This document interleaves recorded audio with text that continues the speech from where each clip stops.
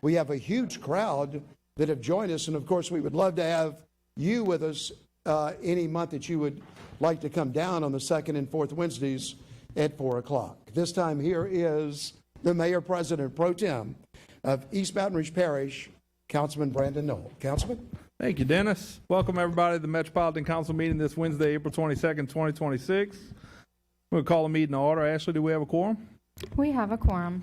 All right, we're going to have the invocation led by Pastor Gerald Robinson, followed by the pledge by Attorney Tiffany Foxworth.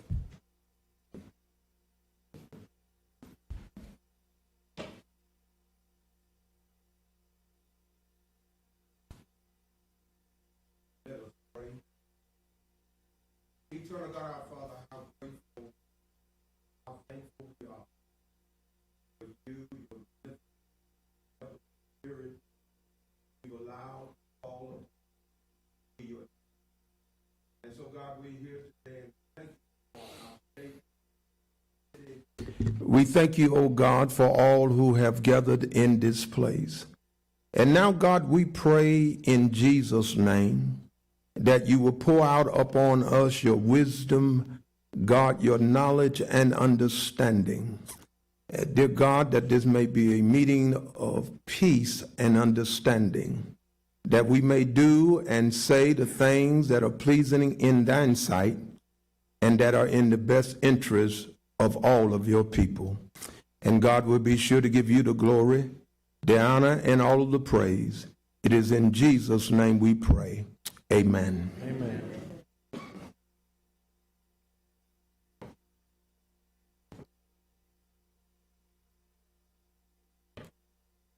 Please put your hand over your heart.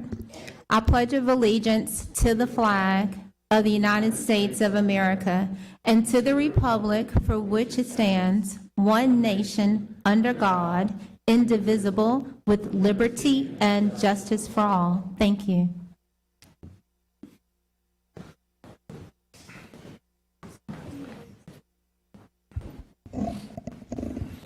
All right, adoption and approval of the minutes. We're going to have, number one, approval and adoption minutes of the Metropolitan Council meeting of April 8, 2026, and the Metropolitan Council zoning meeting of April 15, 2026 by Council Administrative Treasurer. Do I have a motion?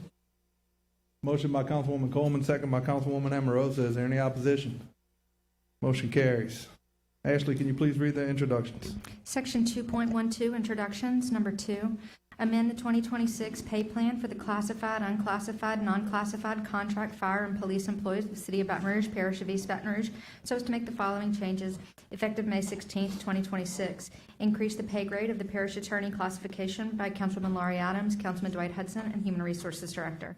Number 3, amend the 2026 pay plan for the classified, unclassified, non-classified contract fire and police employees of the City of Baton Rouge, Parish of East Baton Rouge, so as to implement changes to the classified and unclassified pay plan effective June 27, 2026 by the Mayor President, Finance Director, and Human Resources Director.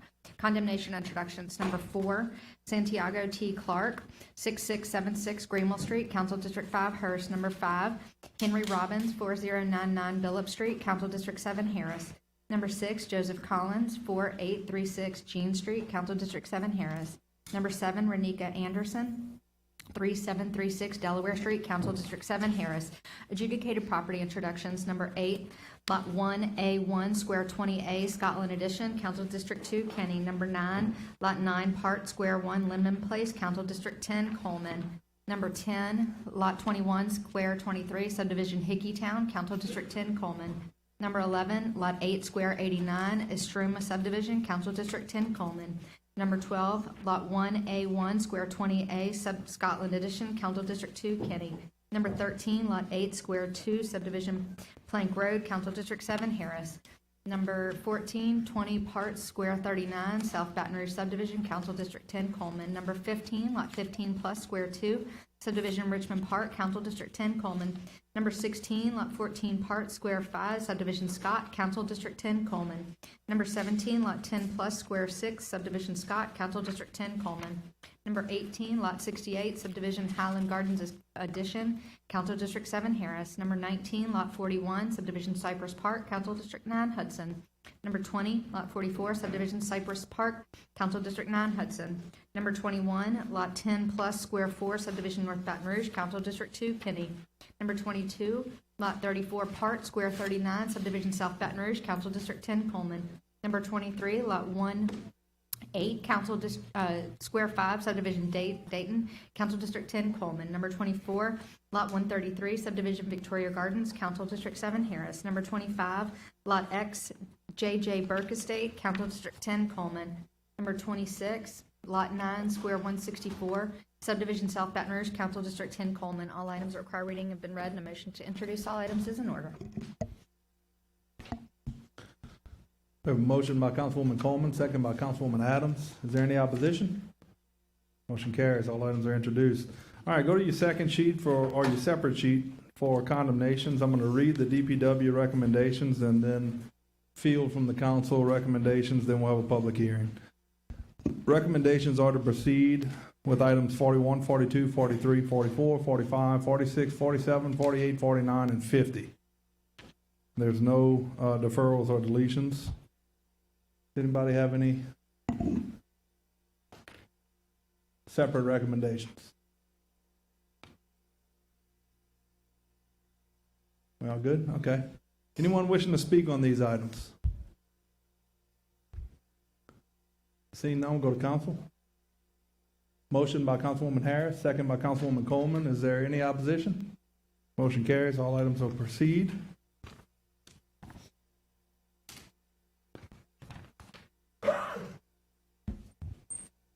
Item 51. Amend the 2026 pay plan for classified, unclassified, non-classified contract fire and police employees of the City of Baton Rouge, Parish of East Baton Rouge by ordinance number 19726 dated 12/09/2025 so as to implement municipal police pay plan changes effective May 16, 2026 and appropriate $5,615,000 for said purpose by Mayor President, Finance Director, and Human Resources Director. Okay, I know there's a lot of people who are wanting to speak on this item. What we're going to do is, I think Chief wants to speak, and then we're going to have proponents and just line up any proponents who want to speak for it, and then we'll have opponents. I'm not sure if we have overflow on the 8th floor, but if we do, when I start seeing the line get down to just a handful of people, we'll call people from the 8th floor so they can come down and make sure everybody has a chance. Chief? Good evening, Council. Thank you for giving me the opportunity to address you today.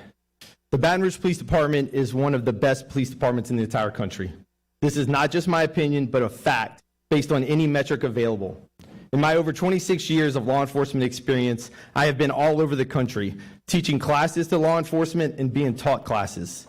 I have brought all that I have learned back to BRPD, including firsthand knowledge that what we have here in Baton Rouge is absolutely one of the most well-trained, most organized, most technologically advanced, and most professional departments in the country. We serve the citizens of Baton Rouge, and we also protect the hundreds of thousands of people that come into Baton Rouge to work, have dinner, attend the hundreds of sporting special events, attend college, sporting events, use the airport, or just pass through on our two major interstates. If you are in the city of Baton Rouge and you call 911, there are only 3 agencies that will be responding to your call for help. 3, Baton Rouge Fire Department, East Baton Rouge EMS, and the Baton Rouge Police Department. That is it. We answer these calls on nights, weekends, and holidays, equipped to handle any crisis our community faces. But our department is doing all of this at critical staffing shortage. Based on population size and calls for service, our department is allotted for 696 officers.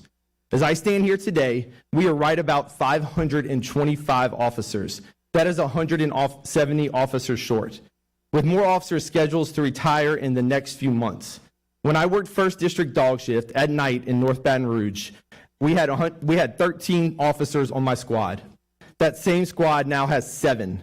We are asking our officers to answer more calls for service, use more technology, wear more hats, but with less people and fewer resources. This is putting a toll on the officers of the Baton Rouge Police Department that cannot be maintained. We are short in every division. From our dispatchers who answer the calls, to the uniformed officers showing up to crime in progress, to our detectives that do the serious case follow-up, and even our operations personnel. Your Baton Rouge Police Department desperately needs these raises so that we can attract, recruit, and hire more top-tier talent to fill our ranks. The pool is already small for those that are willing to take the calling of being a law enforcement professional.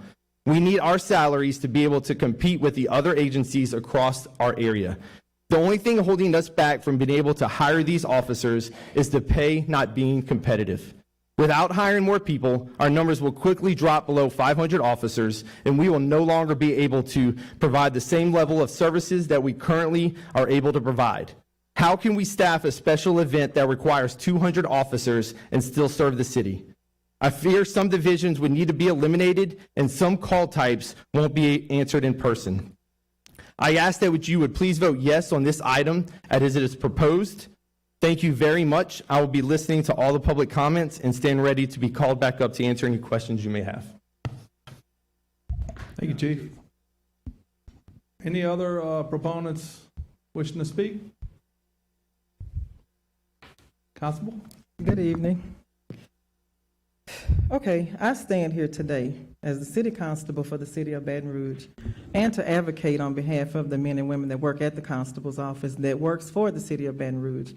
I'm not standing here to say Baton Rouge City Police should not receive this pay raise today. I've said this from the beginning, and I will continue to say they do deserve a pay increase. Constables do deserve that increase as well. When we talk about law enforcement, at one time they were saying that constables wasn't law enforcement, but we've established that in December. The mayor said constables are law enforcement. So what I ask the city of Baton Rouge and this council, whenever we're talking about law enforcement, please keep city constables in mind when you talk about it. Now, from what I'm understanding today, there's another agenda item coming up in 2 weeks, and I'm asking this council to please consider giving constables a pay increase in 2 weeks when they come back up again. I'm not telling y'all not to give it to Baton Rouge City Police because they need it, but just like they need it, all other law enforcement and city parish employees need it. So to the people that told me we're next, to the people that says they're fighting for us, I hope and I pray that in 2 weeks you will continue to fight and do what's right. It's not about black and white. It's not about Democratic or Republican. It's about doing what's right for the people that work for the city of Baton Rouge. Thank you. Thank you, Constable. Any other proponents wishing to speak? Okay, I thought we'd have a line, so, okay. If you're on the 8th floor and you're wishing to speak, come on down. State your name for the record. Brandon O'Neill, I'm president of the Baton Rouge Union Police. As president of the Baton Rouge Union Police and voice for our officers, I stand before you today in strong support of the proposed pay scale. This plan is more than just numbers on paper. It's meaningful investment in the men and women who put the uniform on every day and serve this city with dedication and professionalism and sacrifice. For far too long, our officers have operated in an environment where compensation has struggled to keep pace with the demands of the job and the realities of today's economy. This proposal begins to correct that. It provides structure, competitive pay that rewards experience, encourages retention, and makes recruitment high quality candidates more attainable. From the union perspective, one of the most important aspects of this plan is the long-term vision. It is not a temporary fix. It creates sustainability. Officers can now see a clear path forward in their careers, knowing that their commitment to this department will be recognized and valued. This proposal also strengthens our department as a whole. When we take care of our officers, we improve the morale, reduce turnover, and ultimately enhance the level of service we provide to the citizens of Baton Rouge. Simply put, it's about fairness, sustainability, and respect for the profession. It sends a clear message that Baton Rouge values the police officers and is willing to invest in their future. On behalf of the union, I urge your support for this proposal. It is a step in the right direction for our officers, our department, and our community. To Mayor President Sid Edwards and Council, thank you for your time and support. Yes, sir. My name is Yigal Bander. That's spelled Yigalbander. I'm not aware that I represent anybody but myself and my family. We've lived in the same house in Sherwood Forest for the past 40 years. Often when I drive west on Goodwood Boulevard, I see a constable vehicle parked in front of a house on the south side of the boulevard, usually with some kind of lights on. It's nice to see a law enforcement vehicle there. It makes us feel a little safer. And of course, I support a pay increase for the police and EMS. I am here to also express support for a pay increase for the constable deputies, and to point out as a lawyer that I've made a study of the law enforcement status of the constable's office, and I know the mayor president himself and the chief have all acknowledged that the constable's office is law and the deputies are law enforcement. I'd like to point out that the Attorney General has also issued an opinion based on statutory interpretation that constable deputies are law enforcement. So that should be kept in mind as well. Thank you very much.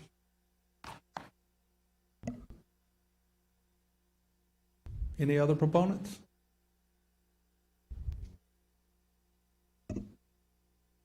Good evening. My name is Paula Collins, and I am a proponent for the police pay raise, but I am also a proponent for the constable's pay raise.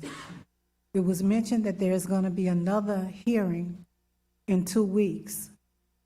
Rather than divide this community, pit departments against one another, create the environment, the mental environment that's going on in our city now as it relates to who's who versus the constable and the police, I only stand as a proponent, asking that if you have something to review on May 16th, that you include the police and the constable as one to keep our communities together.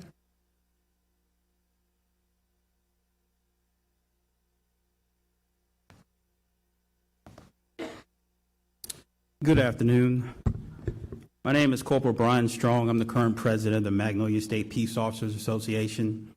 The Magnolia State Peace Officers Association is a nonprofit community services organization dedicated to the betterment of law enforcement and the administration of justice in the state of Louisiana. Our organization has hundreds of members, including officers and dispatchers throughout the state of Louisiana. Here in the capital area region, we have members representing multiple local agencies. Some of these agencies include the East Baton Rouge Sheriff's Office, City of Baton Rouge Constable's Office, State Police, but without a doubt, the largest department that makes up the members in our areas is the Baton Rouge Police Department. I'm here today on behalf of the Magnolia State Peace Officers Association's Capital Chapter to support item 449, which is a raise for the men and women of the Baton Rouge Police Department. The Baton Rouge Police Department is the premier law enforcement agency in the state of Louisiana. This is my 17th year with BRPD, and since joining BRPD, we have seen a steady decline in officers and a drastic increase in calls of service. During this time, officers have been asked to patrol and cover larger areas, which have led to further increases in caseloads and less downtime for our officers. For years, I've literally seen hundreds of officers leave this department for jobs with less stress, less time away from their families, and most importantly, for more money. The issue of money has not properly been addressed for years, and this has led to the department being down almost 170 officers. Passage of today's item will be an important step in attracting qualified applicants and retaining our skilled law enforcement professionals. BRPD provides superior training for its officers. We have seen officers come to BRPD to obtain certification in this training and then leave for higher paying job opportunities. We are the police department for the capital city of Louisiana. There is no reason why any surrounding agency should be paid more than this department. We handle more calls, we handle more events, and we make more arrests. Some of the same agencies that call us for assistance make more than this department. While doing research, I discovered several of these local agencies that pay their newly hired police officers fresh out of academy either the same or more than my base pay after 17 years. It is my hope that this item is approved. This is not an issue about money. This is an issue about public safety and the citizens of Baton Rouge. The public safety of our community should be the #1 priority for any city stakeholder. The passage of this item will be an investment in the safety of our community and will ensure the stability in the future of the Baton Rouge Police Department. So I ask again that you please support the men and women of the Baton Rouge Police Department. Thank you for your time and your attention.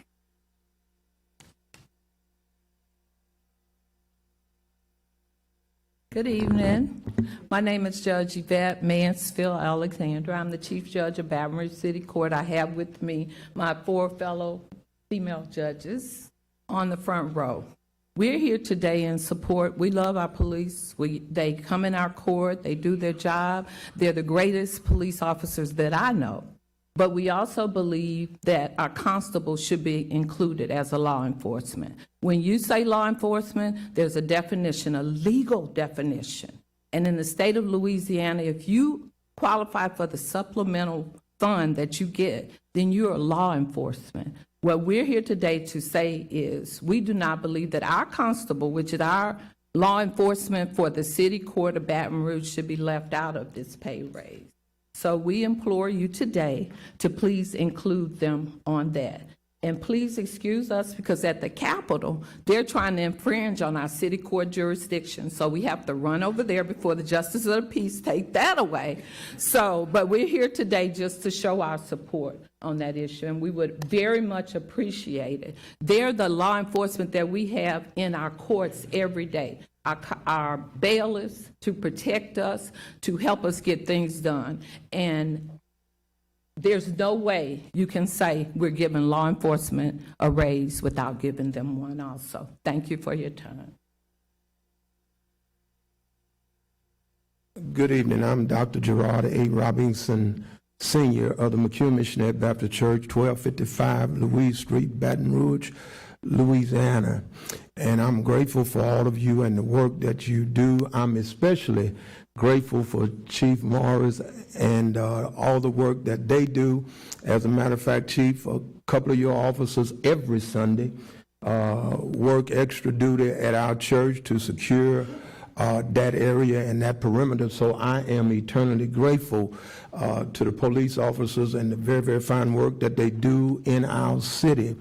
But also I'm grateful for constables because when I've called them, they have rushed to my aid to help me in whatever the situation may have been, whether it was eviction or whatever it may have been. Constables have been there as well. And so I ask humbly that as we do any consideration for all of these law enforcement officers, the police officers wear weapons, the constables wear weapons. What that signifies to me in this community, that all of their lives are in danger every day. And so what I would ask and submit and implore you as leaders in the city of Baton Rouge is that when you do your reconsideration and your thought processes, that you will consider the constable's office as well, because in this economy, listen, I'm sure that everybody in here would like to get a pay raise.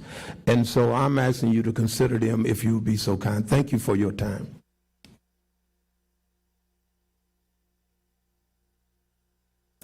Good evening. I am Elfrida Tillman Bester. I am Vice Chair of 10,000 Women Louisiana. I am a former Louisiana Labor Secretary, and I am former General Counsel for the Louisiana State Conference of the NAACP. A lot of former stuff. I want to say that this ordinance concerns me because it is one more thing that appears to be divided along racial and party lines. When we call for our police department, we don't ask what party they belong to. we don't care what race they are. We care that they are available to come out and see about us. Law enforcement in this parish, we have a sheriff, we have a police department, and we have a constable's office. I've litigated in city court. It's the constable's office that staffs that city court and protects me as an attorney, the litigants who are there, as well as the judges who are there. We have an opportunity as a council and as a city right now to bring healing and cohesiveness to our community. We're saying that 2 weeks from now, we're going to come back and we're going to make sure that we take care of the rest of our city parish employees. We know today that we have the opportunity to do that. Why would it be necessary for us to defer on those people for 2 weeks instead of bringing all of them? The police department, who I want to see have a pay increase, they deserve a pay increase. The study that was commissioned by the city parish says that a 30% increase is in order. Been practicing law a real long time. I've been in various positions. Very few times, even at promotion, did I get a 30% pay increase. And the ones that I did get, I was very happy about it. There's an opportunity, and we've identified funds that we know that we can pay all of our people.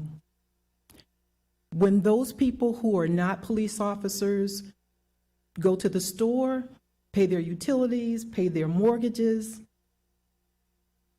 they have to pay money just like the police officers. And I think that we need to respect them. We have an opportunity to increase their morale, to increase their compensation, to heal this community and not leave just simmering before all of us another division that is unnecessary. So I'm asking you, yes, take care of our police officers, but I'm asking you also to take care of our constable's office and all of the employees of East Baton Rouge Parish in accordance with the study that was commissioned by this city parish that says that those dollars are available. And if we can do it in 2 weeks, we can amend this today to take care of all of our people today. Thank you, Mr. Noel. Thank you. Thank you. Good afternoon to the mayor, the council, the supporting staff, the police officers, the constable, and all citizens of the city of Baton Rouge. When I speak, I don't speak for me, I speak for we. I was a 40-year employee of the city of Baton Rouge. I have been retired for 18 years. All employees who work for the city of Baton Rouge need money. I totally support giving funding to the police department because they need it. They are public service officers, as well as the constable's office. They are our public service safety employees. But when you look at money and you look at the city of Baton Rouge and all of the employees, you need to consider. I'm a retiree. I haven't gotten a raise since I retired, but I live with that. And I was glad the gentleman before me brought that up. We all need money. We all need support. We all need to fit the constable, the police department, and the council members to consider, when they make decisions, to consider all of us. Because it's all of us working together. We, not me, that makes the difference. So, the chief, I support you. The constable, I support you. I support the little man who's out there doing the dirty work for the city of Baton Rouge. I support the citizens because I once worked in human resources. I was the employee relations officer. I trained the citizens, the people, and the employees on their rights and responsibilities in the workplace. And all of those things should stand. So today, when you make your decision and when you decide to do what is best for all of us, please consider that. And I stand aside, and I didn't come to speak, but I'm always prepared. Thank you very much. Thank you. Can you give us your name for the record, please, ma'am? My name is Jacqueline Lindell, Germany. Thank you, Ms. Germany. I speak at the council. I testify at the state capitol. I was at a town roadshow meeting last night. You're going to see me around town because it's about we, not me. Thank you very much.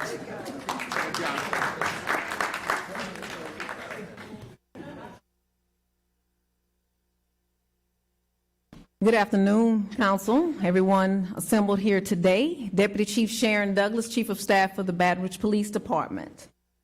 So what is the going hourly rate for a hero? This is not a rhetorical question. Baton Rouge police officers answer calls most people will never answer at a price that does not reflect the weight of those calls. So I want you to feel what we are asking of them. I also want you to feel how we are feeling. In police work, there is no normal shift. An officer can go from a traffic stop to a domestic violence call to holding the hand of a victim toward running toward gunfire, all within hours. And they don't get to choose which moments they face. They don't get to pause. They don't get to process the trauma before the next call. They make split-second decisions with incomplete information and are expected to be steady, composed, and right every single time. Since 2016, BRPD has lost 9 officers. 9. Can you believe one of our fallen officers with 5 years of service died making $39,000 a year before taxes? And another officer with over 20 years of service made about $61,000, a figure only $2,000 more than the proposed starting pay. That tells us plainly that the pay is behind. So sit with that for a minute. A life of service, a life of sacrifice, a life that ended in the line of duty, but the compensation attached to that life did not reflect the risk carried while living. We are asking our heroes to risk everything and still figure out how to make ends meet, making less than adequate pay with continued rising costs. So what happens when heroes perceive they are undervalued while being underpaid? They work more to keep up with the rising costs. They push through exhaustion physically, mentally, emotionally, not because they want to, but because they have to, until they can't any longer. The reality is, officers leave because compensation does not match the calling. This profession is a calling that someone has to do. Help us keep the talent that we have. Help us attract more talent to this organization, because when they leave, we lose experience, we lose stability, we lose family, we lose community. As I close out, I pray that I am preaching to the choir, so I ask again, what is a fair, competitive wage for a hero? Let's be clear, we will never be paid what we are truly worth, but if we broke down every role that an officer plays and the risks that they face, I could argue the rate for a hero is at least $250 an hour. But that's not what we're asking. We're asking for a fair, competitive, reasonable compensation. Please don't let the men and women of BRPD see you not value them as essential stakeholders in this community. Give them their due. Give it to them now. Give them the flowers while they are living and serving in the capital city. Vote yes, it is necessary. It is not an option to delay. Thank you. Thank you.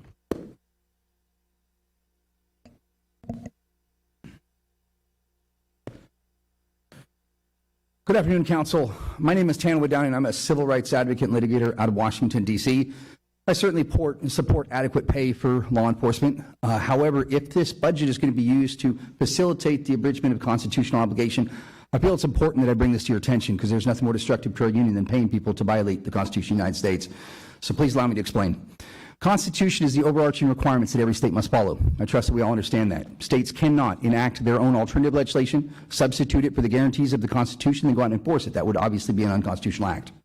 Clause 1 of Amendment 5 to the United States Constitution says, no person shall be held to answer for a capital or otherwise infamous crime unless on presentment or indictment of a grand jury. That's clear. You need to have indicted by a grand jury before arresting someone and holding them over for a capital or an infamous crime. However, the state of Louisiana here has enacted its own alternative legislation that permits prosecuting attorneys and law enforcement to charge by information, not indictment. That is unconstitutional. Now, an emolument violation is when you pay someone to violate the Constitution. You can't do that. If you receive federal funding, you can never pay someone to violate federal law. There's two areas of the Constitution that reinforces this. The first is Article 1, Section 10. That's where it says that no state shall create any law that shall impair the obligation of contracts. Police officers, prosecutors, judges are under contract. That's a contract to perform based upon the oath or affirmation they took to support and defend the Constitution of the United States of America. So when the state of Louisiana creates a law that directs them to disobey the Constitution, that will obviously be a violation of Article 1, Section 10.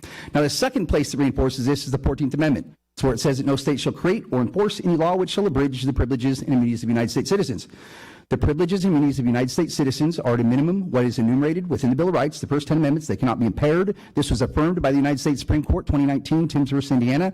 As a result, the state of Louisiana here has created a law and is enforcing that law through agents whom, unfortunately, you all pay to violate the Constitution of the United States. And as a result, there's currently an inordinate amount of people currently in prison here in the state of Louisiana illegally and unconstitutionally.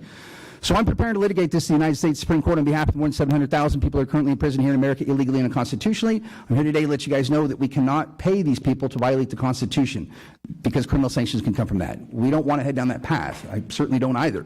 But I must make sure that you're aware that paying people to violate the Constitution is an emolument violation. It is illegal and it is a crime. So I'm asking all of you to please take a look at Clause 1 of Amendment 5 to the United States Constitution, confirm what I'm saying to be true, and then direct those agents to act in a lawful constitutional manner that is consistent with the obligations they have codified in the Constitution of the United States. I have a notice here. All my contact information is in it. I would love to answer any questions that you have and help work together to figure out how we're going to resolve this. But I do need to say that you now have a lawful duty to take action, and failure to take action is a crime. And your willfulness and knowledge of that crime would derive from the public notice that I just provided. So I'm asking each one of you to please step up, discharge the duties of your office, fulfill the obligations and promises that you made to the people of the state of Louisiana, and let's choose to protect, defend, and preserve the Constitution of the United States. Sir, who should I give this to? Okay, thank you. Yes, ma'am.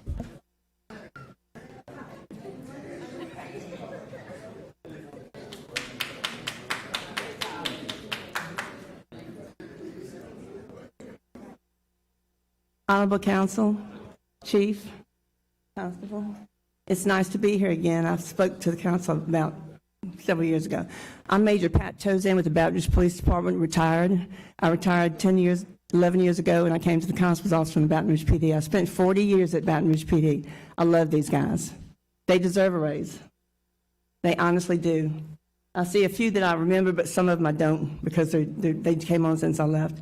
I wanted to talk to y'all about this. I consider myself an expert on this law enforcement deal because these guys work hard. These guys work hard. And from what I found working for both agencies, yes, there's a little bit of a rift going on right now because of everything being said. But bottom line, we go to the same academy. We take the same test. We go to the same post academy. Same test. We do the same thing. We just have different duties right now. We have lost four constables to the Baton Rouge Police Academy in the last year and a half because they can take it and they can take the guys and just put them in the post academy, a really quick one, and then they're on the street because we have the same training. And I just wanted to tell y'all that I believe that, yes, give them the raise. They need it. We got 2 raises in the 40 years I was with BRPD. One when Woody Dumas was mayor, and don't do the math, okay? And the second one was when Kip Holden was mayor. And I really and truly believe that they deserve a raise, and I think the constables need it too. And I'm just telling you from my personal opinion. And I've been around the block, okay? I mean, I've done every gamut for the police department you can imagine. I've been over the operations bureau. I've been a night chief. I've been shot on duty. I've got life-saving awards. I've run the gamut of everything. So I know what I'm talking about. So if y'all think about it, give the constables a little bit of a raise. I'm not asking for myself. I'm asking for these guys because they do work hard. They can step into whatever they need. No, they don't go out there and chase calls like these guys do. But we are on the streets, and if something happens, we handle it. And if something happens and I need help, I call the BRPD because I love these guys. Thank you so much. Thank you.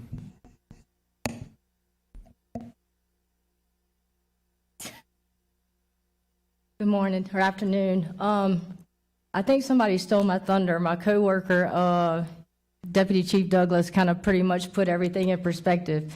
She and I worked together with the chief in recruiting and training. My name is Randy Richard. I am a 20-year veteran of the Baton Rouge Police Department. 15 of those years was spent recruiting for the best police department in this country. You know how I know? Because I've been to places. We trained. I've been to Minneapolis. I've been boots on the ground in St. Louis. I've worked with families of the fallen. I've worked with the families of BRPD, of those that have taken their lives because of the job and the pressure. Chief LaDuff put pressure on us as a recruiting team when there was hiring freezes, but there was no limit. We had to fill it. When I was recruiting in 2017, we were in a crisis, and that was at 40. And even during all the stuff that we went through, 90 days, if you're not aware or you don't remember, 90 days of trauma to this city and to this police department. 90 days. We went from we didn't like each other till we liked each other, and then we came together to save people's lives together.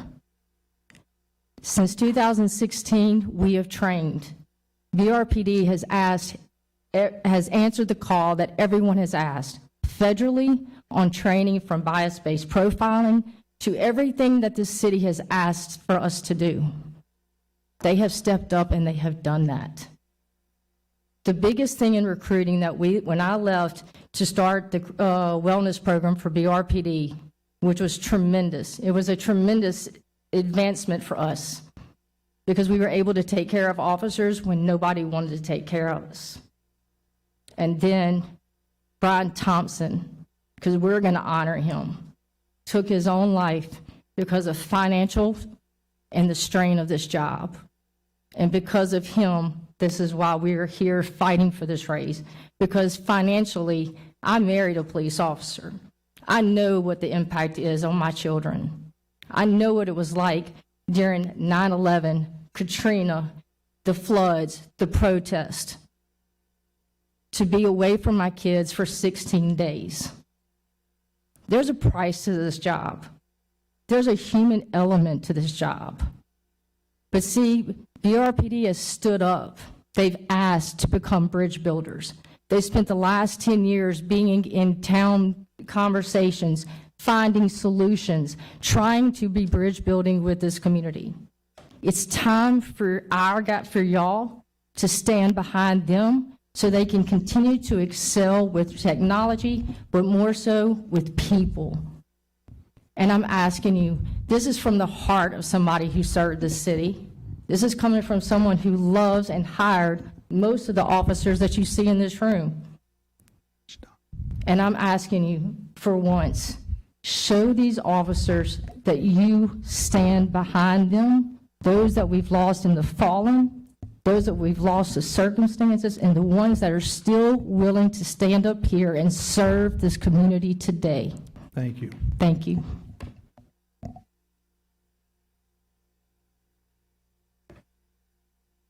Good afternoon, Council, Mayor, Police Chief, Constable. My name is Harold Greer. I am the Local 3030 President, as well as work with Council 17 for ASME Union. I am a proponent for this particular motion that's being made with the police getting a raise. However, I want to piggyback on something that Deputy Chief Douglas spoke on. She spoke on heroes, and that's a lofty title, and I do think that Baton Rouge police officers are our local heroes, as well as the fire department, as well as anyone that put their life on the line. A lot of times people do not understand, the role that the constable's office, play in the role of law enforcement. But certainly they get into precarious situations themselves. And they also deserve just as much fight. They deserve just as much, pay raise and recognition as our other local heroes deserve. And just like I said, I think that, when you talk about law enforcement, all of law enforcement should get the raises that they certainly deserve and that they work for and put their lives on the line for. I also know that the ordinance is being proposed in 2 weeks as it relates to public, service workers, and I just look at that, and as I digest that, even our lowest ranking, public service workers making $10.30 an hour. Imagine that. Anyone in here makes $10.30 an hour? I know not, because I wouldn't work for it. But they have people that sacrifice and have to work for it. In the proposal to give them a 20% raise, that's $2. Maybe if I was making $100,000 and I got a 20% raise, that's $20,000. But again, these are the people that work on these streets in that hot sun during the summer, during the cold winters, that cut our grass and make our city look beautiful. So I think that, all of the public service sector deserves more. And I just ask that as you continue as a board to look at different ways and avenues to support by pay wages, I ask that in 2 weeks, Chief, I ask that you be here to support the other public service workers, the fire department. I ask that you be here because we're here for you. Because we are one. Baton Rouge, we are one. And we should fight just as much zeal as for the police officers, our heroes, as for all of our public sector. Thank you. All right, are there any opponents wishing to speak on this item?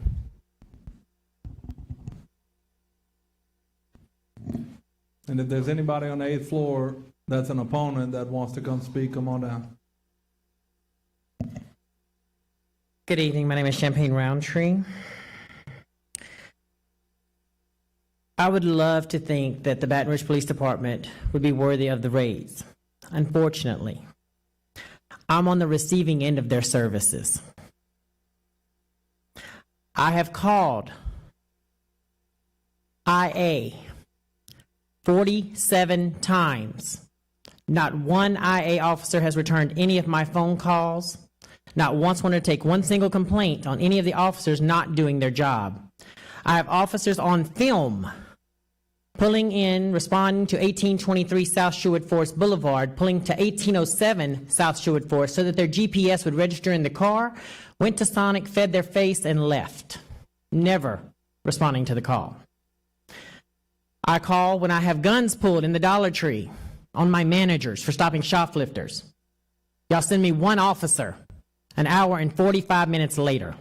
I've spoken with Chief LaDuff about this on numerous occasions. I've spoken with the mayor about this on numerous occasions. I've spoken with the chief once about this, and he has not returned my other 9 phone calls after saying he would handle the problem. We say we want fair pay across the board, but we've got workers in the city making $10.30 an hour. How can you expect them to work and live here? The average citizen, in order to rent an apartment here, needs $15 an hour if the apartment complex is willing to let you only pay 2 times the rental income, and that's living in the hood, not in a good neighborhood. We treat the constables as though they're not officers all the time, but yet you ask them to do exactly what an officer does. Let the officers be short, you'll ask them constables to step in because they've had the same training.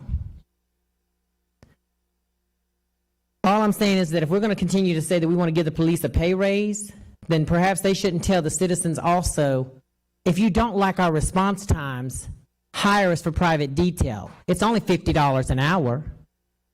And that's what we've been told at Sherwood Forest numerous times. My shopping center has had people walk out of Harbor Freight with $2,000 worth of drills in a basket, knowing that the police would take 2 hours to get there.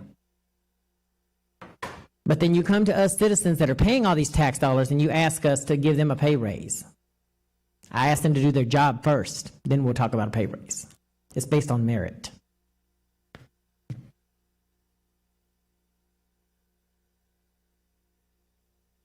All right, hey everybody, my name is Marion Benoit.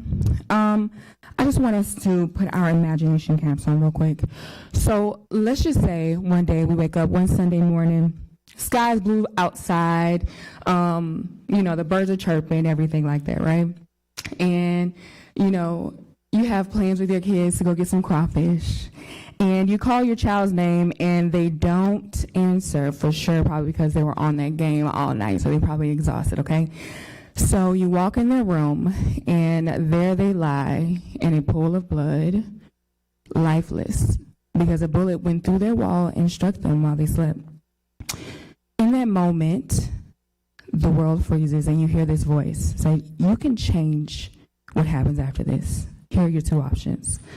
You can get BRPD to respond immediately and catch the people who did this, or you can go back and prevent this from ever happening. What would be your decision? I would think that I would want to go back and make sure this does not happen, right? And so I say this because when we think about police officers, they are typically responders, okay? They respond to crime. Occasionally, they can be able to help prevent crime short term, but they're not the long-term goal to prevent crime. Okay, but right now, they are getting $98 million, according to the last time I checked the budget, $98 million from the general fund that is over $300 million, okay? $98 million. But when we look at the things that can actually prevent crime, such as youth programs, economic stability, when we look at the budget, I think it says safe, hopeful, healthy is at $0, unless I looked at a different one, right? Youth programs, $0. I guess we're expecting grants to fund these programs, and that's not a given. So what we're saying is BRPD, $98 million, they're already getting it. We're actually here to say they should get more. Meanwhile, the things that can actually prevent crime from happening, the budget is very low. Right? So I'm absolutely against them getting more funds, because if we go back and we put ourselves in that situation, we will want our child to still be here. We want them to be here. So we will want to invest in the thing that's going to actually prevent them from not being here. This is not just a hypothetical. These are the situations that many citizens face here in the city of Baton Rouge. They wake up, they go about their day, and they get a call that their child will no longer be returning home due to crime that can actually be prevented if we actually invested in the thing that would prevent the crime. Thank you. Thank you.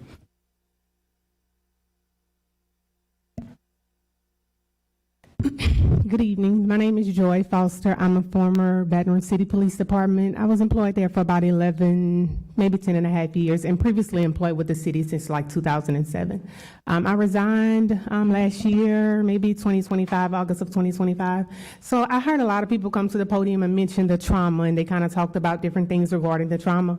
But when you talk about trauma, you think about, you know, the trauma that they deal with. How do they process that trauma that they do deal with? Like, where does that, because I mean, unhealed trauma turns into a traumatic situation. So if that trauma isn't healed or processed properly, then it turns traumatic. So they did mention heroes and the pay, and I mean, I can go a whole lot of different places with this story and go into different complaints that I filed myself within the police department since I left, which was my reason for leaving, and was just handled misproperly. So you don't determine a person's worth by a dollar amount. So their value is, I mean, the money has been pretty much practically causing them to be performers, but they have no character. They lack the character for the role, because I highly doubt that God will fail to sustain those who are called to protect and serve. So if they're the lowest paid agency, or if they're lacking anything, then, I mean, the question is to dig to the deeper part of the root of the situation and to deal with it at the surface level, because it has to be deeper than that. Or if you deal with it at this level, you'll be back here in a few months dealing with the same issue again, because they're going to want something else. But if you dig to the root of it and see why maybe they're the lowest paid, or maybe why some of the complaints are not being handled properly, or what's the actual problem, then you're going to keep having the same revolving situation. So it's bigger than just the money. It's deeper than just a financial situation. It's deeper than that. And if you continue to deal with it at the surface level and never dig to the root of it, you'll just have a recurring problem. Thank you. Anyone else wishing to speak on this item? See, now we'll go to council. Councilwoman Coleman. Oh, sorry. Oh, I'm sorry. Mayor, you had some staff that wanted to speak. I apologize.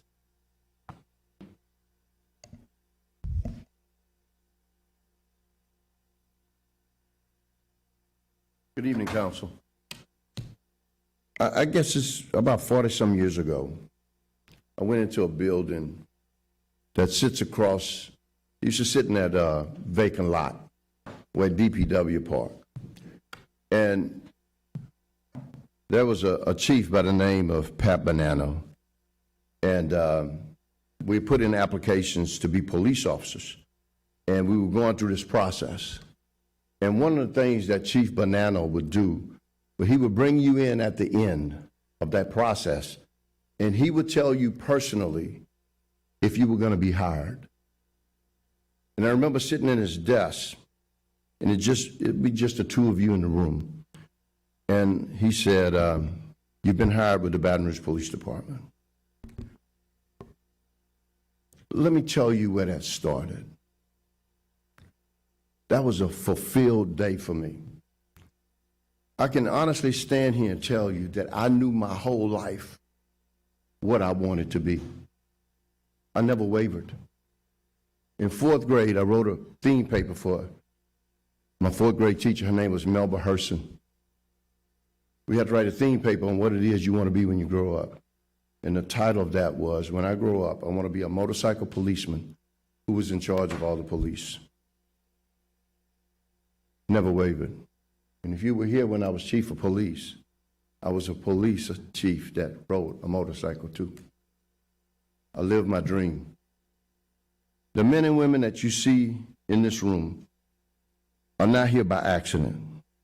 Nor do I think you sit where you sit by accident, or anyone in here that do what you do. I don't think it's an accident. I think when God holds us in his mighty hand, he puts stuff in us we need to do what it is we become. It's no accidents. We choose to do this. It's a dangerous job. It's a thankless job. But we love what we do. What we asking today, what I'm asking you, is that you pay these people what they're worth. Pay them so they don't have to work like we had to work. Pay them so they don't go home and your wife look at you and say, we don't have water today. Pay them so they can have 2 cars to get their children where they need to go. Pay them so we can have quality criminal justice professionals that serve this community each and every day. To the officers, if this council grace you with this opportunity, I beg of you, meet the challenge. There will be accountability, and we will hold your feet to the fire. Thank you. Thank you, Chief. Mayor?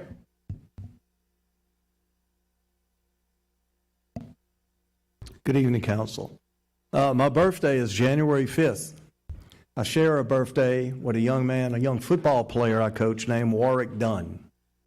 January 5th of 1993, I knew his mother, Betty Smothers, who was a Baton Rouge policewoman.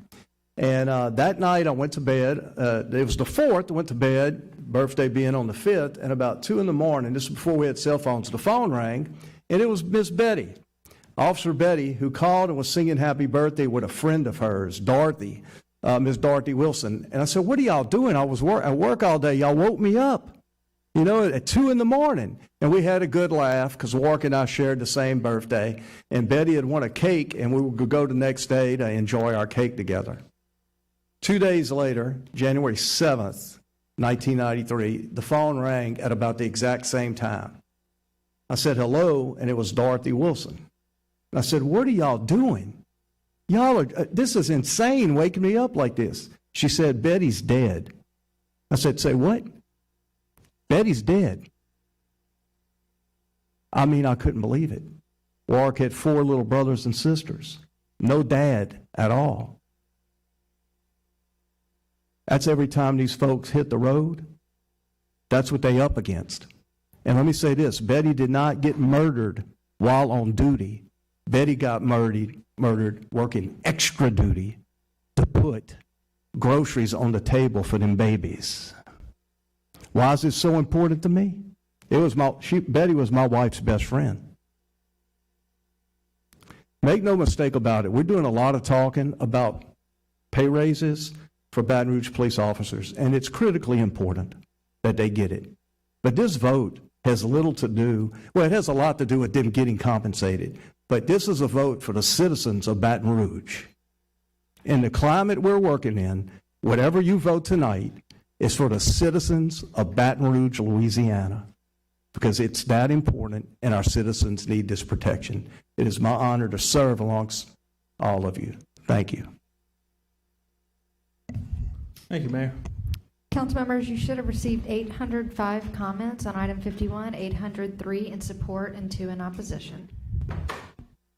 Councilwoman Coleman. I say good evening to all. Yeah, and when I was growing up and asked what I wanted to be, it was to always be truthful as you can be. And when it came to the point where I veered from that, then I had folk in my household, because I grew up with a mama and a daddy, that dealt with me, and 6 brothers and a sister and cousins. All of that. And so I sit here today to talk about the backbone of Baton Rouge. Fair pay for everybody. Everybody. Now, I want to be clear. Coming out this gate, I want to be clear that I am supporting the pay raise for our police, but make no mistake about that. Our officers should be taken care of as I am with them and stand behind them. But just as I stand behind them, I'm also standing behind the rest of the team that keeps this city moving. Safety isn't just about sirens and badges. A city is only as safe as its infrastructure is strong. It is just as important for our streets to be safe from crime as it is for them to be safe from potholes tearing up our vehicles and fail in drainage. It matters that your mail is delivered from here in this city parish in that mail room. It matters that the city bills are paid on time. That's in finance. It matters that our legislative assistants, that every last one of us have up here, and I don't know about them, but I do. I couldn't do without mine back here, Jeff. It matters that warrants are delivered, evictions are done, protection is given in the city court by the constables. The whole team matters, and we are in this together. Jen Rocker, you remember Collaborative Coleman, ain't that right? I'm talking about the DPW crews out in the heat, the finance department, the mail room, our legislative assistant, and every nook, crook, and cranny here in city, parish government. These are the workers of this town, and I'm really done seeing them being treated as the help. We went to the mayor's office and we demanded a commitment. Not a maybe and not a we'll see. See, and if you don't want no truth, you can leave now, because I'm Coleman. We got that commitment. The reality check, to anyone standing in the way, I encourage you to really think about what you're saying. Are you saying that the people fixing your streets, processing your paychecks, don't deserve a livable wage? Because when you snap back against better pay for all, that's exactly what they are hearing. The time to do better is right now. Right now. The pay raise is officially set to be introduced at the council meeting tonight. Well, to be voted on tonight. And this is the week that we can put more money where our mouth is, and we're just talking about it anymore. We're being about it. And then, in the words of, how's it, Sizzle? Everybody get you some. Everybody get you some. So it's time to stop talking about appreciation and start putting it in the paycheck. Mayor Edwards, we're depending on you to adhere to that attachment to item 3. Councilwoman, you want to check your time? Yeah, you know it. So we are depending on you, Mayor, to adhere to the attachment to item 3. And just to let the public know what item 3 is specifically outlining everybody else that ought to be included in this, in a pay raise. Everybody. And so, Mayor, you heard me, right? I heard you. Okay, and I mean that.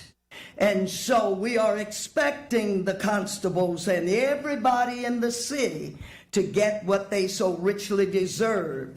The same thing for the commission constables, that 15% raise, and the others, the 3.5. Isn't that right?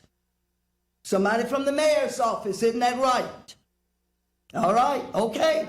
Speaking to the mic. All right? And so with all of that being said, I make the motion that this be passed tonight for the police officers. We have a motion by Councilwoman Coleman, second by Councilwoman Harris. Councilman Hudson. Thank you. I want to first thank all the great people that came out tonight. It's always encouraging when we see citizens come out for such an important topic like this, and I think everyone agrees how important public safety is, so that's exciting to see that we've got this much involvement. Before I get started on why I support this item, I want to first back up and talk a little bit about how we got here, right? The process that we had to go through to get to this point, where just a little while ago, we were facing a $40 billion deficit. We had a lot of really difficult and tough choices to make at City Parish. But we solved that by doing the uncomfortable work of budgeting carefully and conservatively. And then after that, we took on the very difficult task of doing some insurance reforms. It's those very insurance reforms that have produced about $15 million a year in savings and that make this item possible here tonight. It's possible because the council and this administration were willing to make tough decisions and be fiscally disciplined, careful fiscal discipline.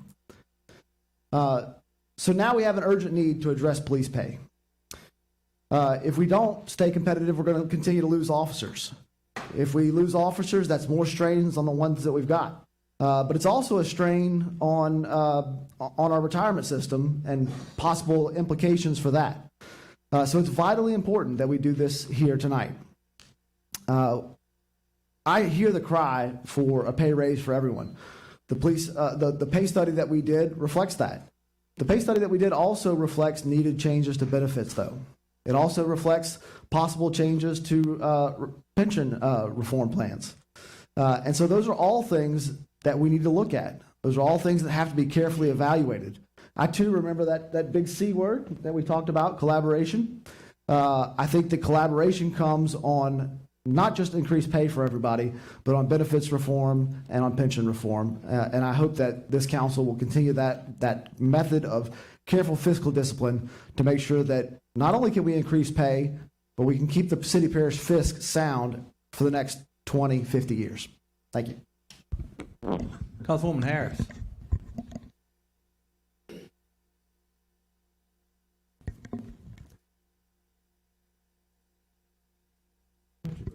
Okay, there it is. Good evening, everyone. I want to first say that I applaud everyone who's here tonight for being here, because everyone that are sitting in their seats have a vested interest in what we're doing here tonight. We, as a council, have been back and forth with some things, and someone said to us before we got started this afternoon at 4 o'clock, said, you know, you guys have a lot on your shoulders, and we really do. We go back and forth a lot of times. We don't always agree. We do fight.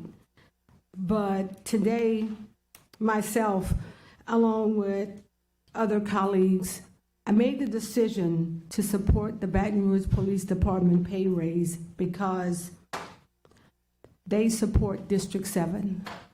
And not only do they support District 7, they support women and children who are affected by domestic violence daily. You can call on them and they will show up. They will stand with you. They will support you. They will be there for you. And I can truly say that because I have experienced it time and time again over the years, what Baton Rouge Police Department does for the city of Baton Rouge, for victims and families of domestic violence, and so many others. To the Constable Office, Constable Williams and her staff, you work very hard daily. You support, you show up, and sometimes you show up at the last minute, called at the last minute, but you show up with all your heart, with everything you have, everything you offer, you show up. To our employees of the city of Baton Rouge, Fred, your department, Joseph Butler, your department, Reginald Brumfield, your department, Angie, your department, the parish attorney's office, the mail room, you guys show up every day and give it your all, and we thank you for it. You're not forgotten. May 13th, we will stand with you. We will hold hold each other accountable. Mayor, Dr. Slaughter, Mason, Jeff LaDuff, we will hold your feet to the fire. What we're doing tonight, we will do on the 13th. This house is packed tonight. We want you to pack it on May 13th because we want you here standing up for the constable office, standing up for the workers of the city of Baton Rouge and everyone else who is so deserving of a pay raise. And I will hold my colleagues accountable as well to join us in supporting this item to make certain that your legislative assistants and everyone else that works in your office is deserving of a raise. I know we have a lot on our plate. I know we have a lot on the table, but they deserve raises. So I need you to leave here tonight thinking about what I'm asking you to do. Is consider supporting this item on May 13th and join us in doing so. So our employees of the city of Baton Rouge and East Baton Rouge Parish can receive a raise and make certain that we take care of them. So I want everyone to know here today that you matter. We see you. We stand with you. And you're not alone in this.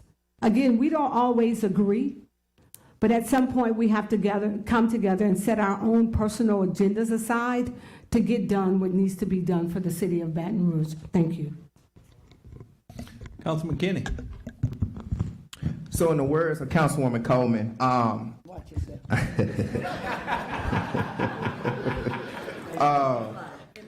I just want to say out the gate, what I've learned in my year and a half in politics, two things can be true. Tonight, my decision is nothing personal against Baton Rouge Police Department. Chief Morris, me, you have had direct conversations. Mayor Edwards would have had direct conversations. Constable Woods would have direct conversations. But a week or two ago, we had our press conference where we talk about fair wages for all, including the police department. I don't know why in this climate, when you start saying inclusivity, people think you're getting taken out. No, we want to make sure everybody in this parish is taken care of. When we're thinking about tonight's pay raises, right? BRP, I'm gonna let you know now, I have no strife against you all. You all do an amazing job in my district, even though my district share, you all, Baker Police Department, the Sheriff Office. But tonight, I really want to make sure we get the message across that every single person who works in this parish is important. When we had the press conference to kick off, and Mayor Edwards, this is a very bold proposal. You did a great job putting this together. It would just probably be one of the most biggest achievements you'll probably have your time as mayor. And I support that and I respect that. But the couple weeks after that, I have so many people that reached out to me for people in the mayor department, DPW, legislative assistants, who support all 12 of us here on this dais, and said, what about us? I'm the youngest of 4 kids. If I was the youngest child, and I'm the only one to get everything in my family, and the older siblings who's been here longer than me doesn't get anything, I'll feel some type of way. Mayor, we have had conversations with you, some of the members of the council, and you gave your commitment, you did that. But just like all the proper circumstances here today for BRPD, 2 weeks, my council members, we have the same proper circumstance. Ashley said there was 800 plus comments for today's item. We need to have 801 in 2 weeks. If we get to this council meeting in 2 weeks, and it's not the same enthusiasm, the same energy, radio interviews, newspaper interviews, everything of that nature for these city parish workers, we are failing these people of these parish. And to all the city parish workers, you are important just like anybody else in this room. And you are essential. Police department, you are essential to public safety. But there's so many different layers of public safety in addition to you all that we must address to solve all the crime in this parish. Police is not the end-all be-all of public safety. We have youth programs and organizations. We have nonprofits who work in lockstep with each and every law enforcement department. To Constable Williams, don't let anybody ever dim your voice. Don't let anybody ever tell you you're too loud. Don't let anybody ever tell you the words that you say may be too rough. Because you're a leadership of that department. And you deserve to be a leader of that department. Because the people of this parish elected you just like everybody else on this council to be a leader in this department. And I know if people call me and say, oh, she being too racial, she being too loud. You know, how you advocate your voice is your voice. And I would be remiss to tell you up here to ever step back in your voice. Because of your voice, we have an item introduced to vote on for every single person in this parish, including your department. To Mayor Edwards, I would say in advance, congratulations tonight. But I want to tell you congratulations again in 2 weeks. Because even though you gave your commitment, we still have 7 votes we have to get on this dais. And we have to make sure we have 7 votes on this dais to ensure every person in this parish know they're being heard. To my colleagues, you all tonight is going to vote in this item, and we want to make sure we send a signal out to the police department, everybody else that's supporting. And look, they're going to leave tonight happy, call their wives, significant others, and say, you know what, we got to go to Roof Cruise tonight, right? But it's somebody in this city parish hall who's making $10 who could barely afford gas for their full gas tank. So I ask you all tonight, take the same enthusiasm, energy that you have to ensure we're taking care of our BRPD and making sure in 2 weeks from now, every person work in this city parish halls, our legislative assistants, our mailroom workers, and DPW, who are essential. Because just like people call 911, they call 311. And so we have to make sure they are feeling essential just like anybody else who serve our parish. So thank you to the constable office. Congrats in advance, Chief Morris and Mayor Edwards, if this item passed, but we still have more work to do in 2 weeks. Thank you. Councilman Hurst. First of all, let me say BRPD deserves more. We did a pay study, and one of the main departments that we did it for was BRPD. It was really almost the driving force of it. So I don't think anyone on this council, including myself and people that have spoken out for fair livable wages across city parish, thinks that BRPD doesn't deserve a livable wage.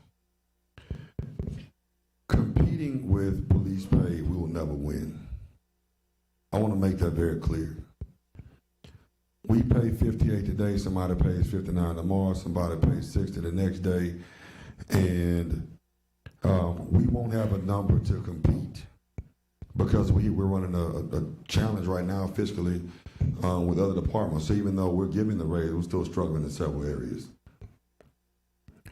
For me, it's about competitive and livable wage. So anything above 52,000 is fine for me. So 58, I'm okay with it as long as we have the budget to afford it. That's all what I've always said. But if I have to sacrifice 58 to go to 52 to make sure that everybody else gets what they deserve, then I'm not going to take a selfish approach. I heard Deputy Douglas come up here and talk about heroes, talk about sacrifices, talk about calling. When I look at school teachers who deserve more, when I look at BRPD who deserves more, when I look up here at my council colleagues who deserve more, we get paid $12,000 a year for 60 hours of work, and no good deed ever goes unpunished. So no matter how good you are, you get the headlines for what they want to write versus what actually happened.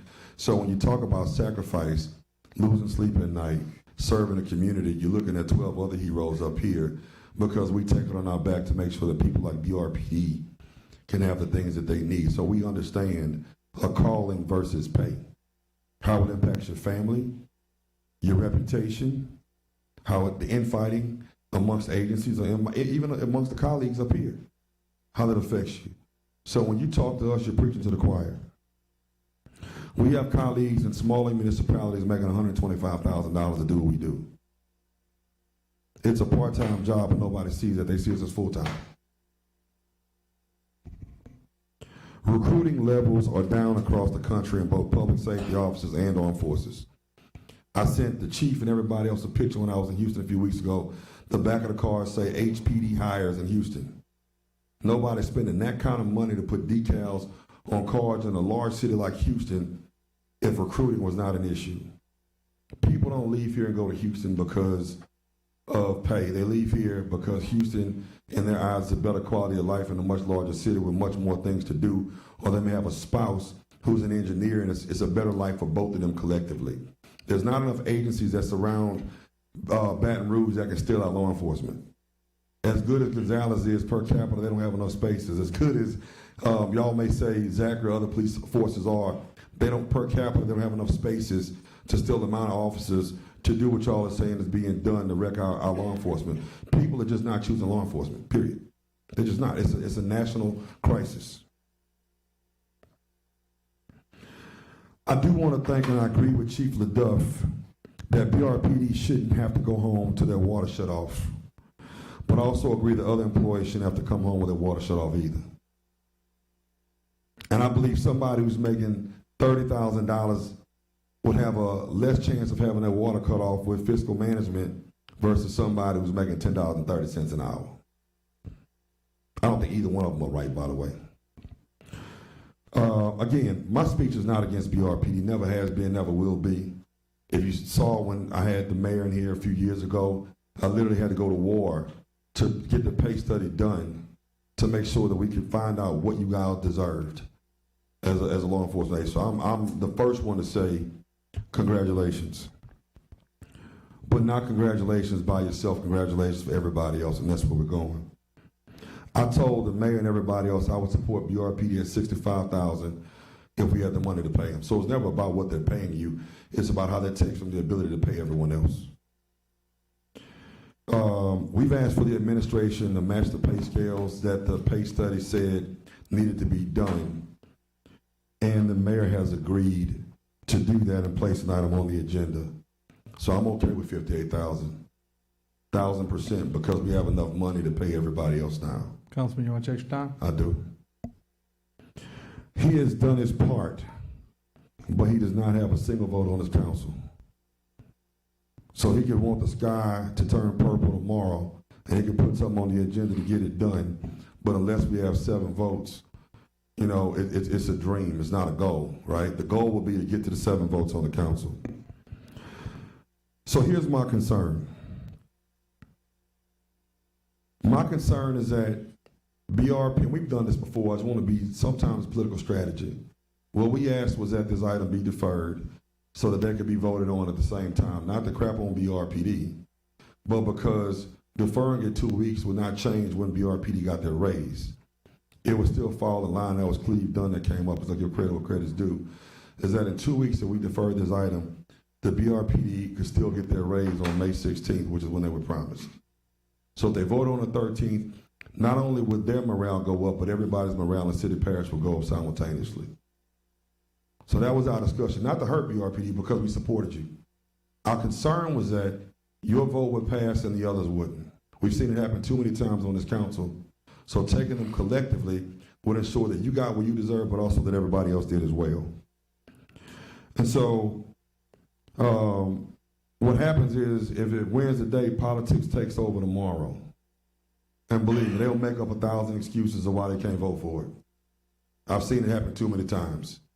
And they'll go on the news and convince you that what they're feeling is from the heart and drop a fake tear or do something like that because they've made a commitment not to do it.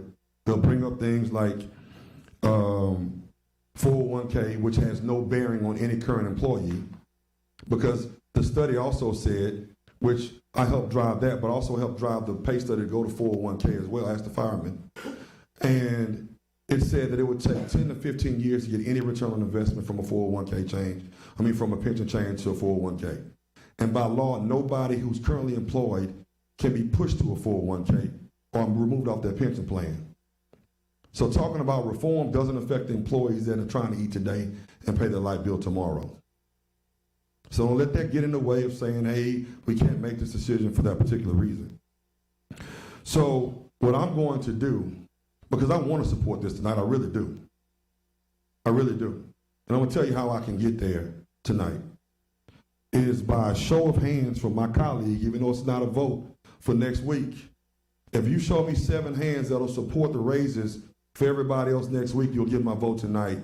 If not, you'll ask me to defer it to the next meeting, and then we all vote together.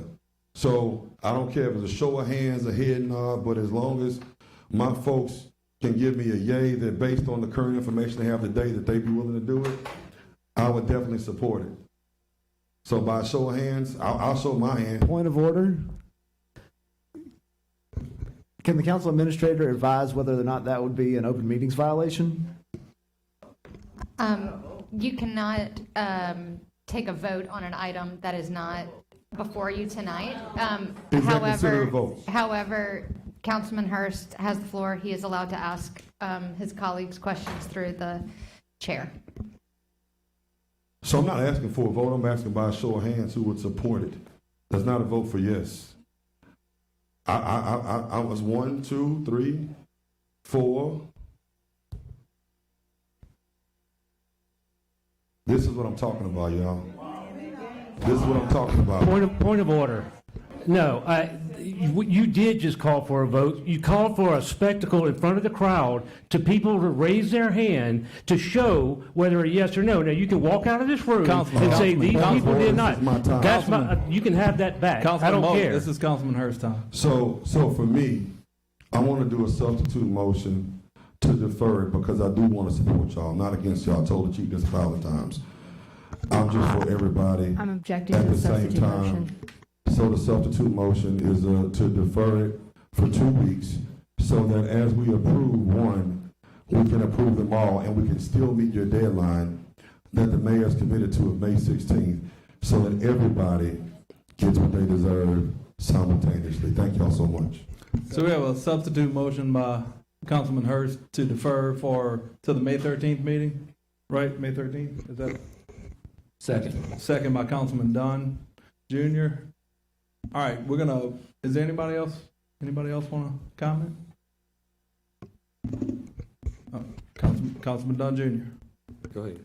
Yep, go ahead. I got a different question to ask on something else. Thank you.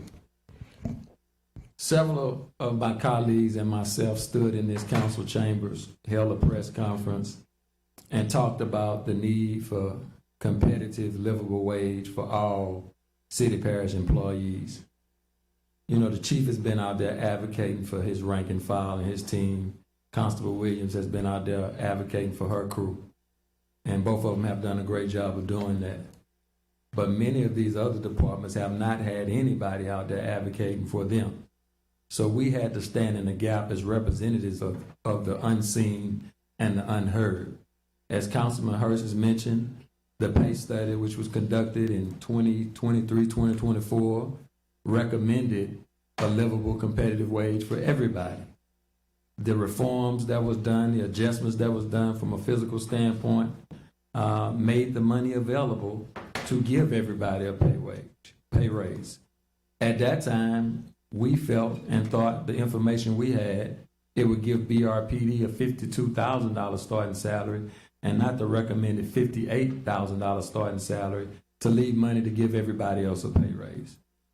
Well, after having those conversations, having the press conference, meeting with colleagues, meeting with the mayor's office, meeting with finance, there was some other dollars that came available to where it's enough money available for BRPD to have the $58,000 starting salary and give everybody a livable, competitive wage. So our position was, if the money is available, why not do them all at the same time? I made the recommendation to the mayor, defer your item, add the other employees, and make sure everybody is voted on at the same time. Thank you. Now, it may be a goal, it may be a mission, it may be the mayor's and administration desire to do this in 2 weeks. But as has been said before, it takes 7 votes to get something done here. And I hope my colleagues prove me wrong. But I don't think it's 7 votes for the rest of the city parish employees. I think it's only 7 votes for BRPD. And that's the problem that I have with supporting this item today. So as I stood in this chamber advocating for the unseen, the unheard, the other city parish employees to get a raise, I'm going to stand with them today. Not that I'm against BRPD getting a raise, but I'm against everybody else not getting a raise. The money is there, the money is available. You can defer this item and you can put everybody on the agenda at the same time. I'm not one who believes that we're going to take care of some and take care of others later. Later will never come. As I share with the administration, that's the sharecropper's promise. Keep working the land, keep doing something. You're going to own it one day, and one day never comes. You're always working the land. Again, I hope my colleagues prove me wrong. I hope the mayor have 7 votes, like he said he got 7 votes, to get everybody a pay raise in 2 weeks. But I seriously doubt it. So it's for that reason I will not be voting in support of this item today. All right, we have Councilman Moak. You had something? Yep. Sorry, let me turn it on. Okay. I hope we're all done with the blame thing and where predictions on where everything's going to go. And based on those predictions and everything, everybody's counting votes for the next item, for the item that was introduced. I just want to state this for the public before it, says that I skirted my issue or I didn't do something or whatever else. But I'm letting the council know, I'm letting the public know, I've had a trip out of the country scheduled months ago, and I will be gone the 9th through the 18th. So when I don't show up on the 15th, I want it publicly known that I did not skip the meeting so that I could not vote. And I will leave it up to my colleagues that if you would like to make an amendment to that introduction, just like we did with the other one when colleagues were not going to be here and be heard at the next council meeting, I will be more than happy to show up and vote yes or no on whatever I decide based on the information that I get. But I just wanted to make sure. Now, if my colleagues would like to make the motion to go hear that introduction reheard, please do. But I'm stating my opinion for my reason for the public right now on why I will not be here on the 15th, because everybody is counting votes tonight already. You took some of my time, so just bring me a coffee mug back, man. Councilman Gode. Thank you. There's been some statements made tonight about commitments that have been made. I just need some clarification because initially it was stated that a commitment was made that an item would be placed on the agenda that is somehow tied to the item we're discussing tonight. And that item comes up in a few weeks. It was just stated that there was a commitment that there would be 7 votes for that item in a few weeks. I need clarification if that type of a commitment was made before members of this council. The clarity can come from the member who made the statement, or the clarity can come from the administration, but I am deeply concerned if commitments were made in meetings that there would be produced votes on this council for an item that's on this agenda with 0 supporting documentation.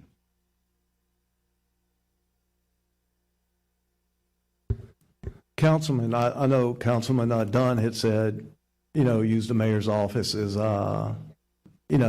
guaranteeing 7 votes. I did not do that. It is, but I can tell you that we put this item on the agenda. I think that, when we'll be voting in 2 weeks, it's critically important to our parish that pass. And my job, and I think the big deal as far as having to decide on that tonight, so many people don't know the details of that proposal. I think everyone on the council needs to hear what are the details, how, there's a how and there's a why. Everybody knows a why.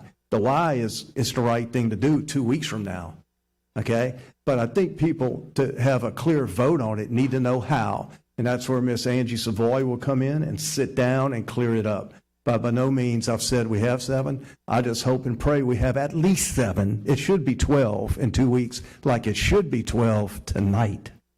Thank you for that clarification, Mayor. The item that's on introduction, because I was also asked to show a hand tonight, the item that's on for introduction has nothing in terms of financial documentation to support it. In my email when this item was introduced to our finance director to ask for that supporting documentation, the response was that it would be forthcoming, and that's fine. I want to give them time to amass the level of information that they want to do. But I have had no discernment time on that particular item, so I reject the notion to be asked to show a hand of what's to come in 3 weeks when not a member of the public has had an opportunity to review that item. So thank you for the clarification to what was very concerning comments that were made tonight, and I appreciate that. Thank you. Okay, before we move forward to voting, I do feel like there's some clarity that needs to be made. 2 weeks has been stated a bunch. It's actually 3 weeks from now, the next meeting. So if you show up in 2 weeks, you're too early. And it's also the 13th, not the 15th, Councilman Moe. So if you show up on the 15th, you're too late. So 3 weeks, May the 13th.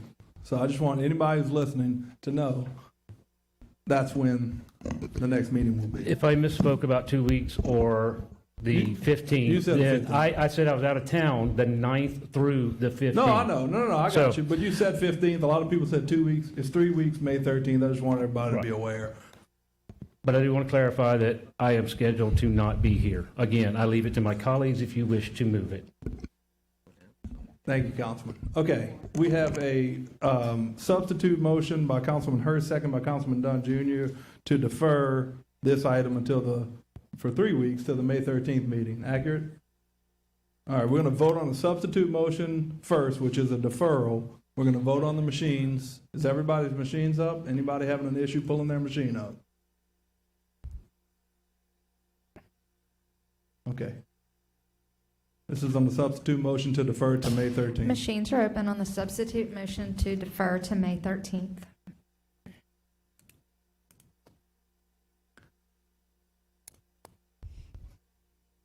Motion fails.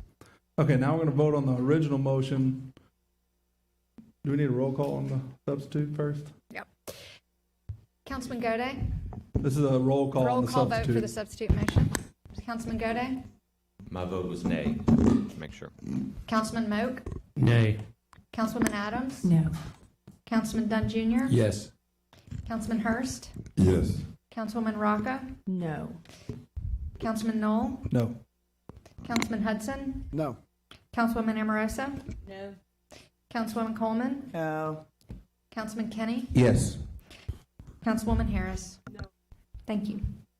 Okay, now we're going to vote on the original motion by Councilwoman Coleman, second by Councilwoman Harris, to approve the item. We're going to vote on the machines. Machines are open on the motion to approve.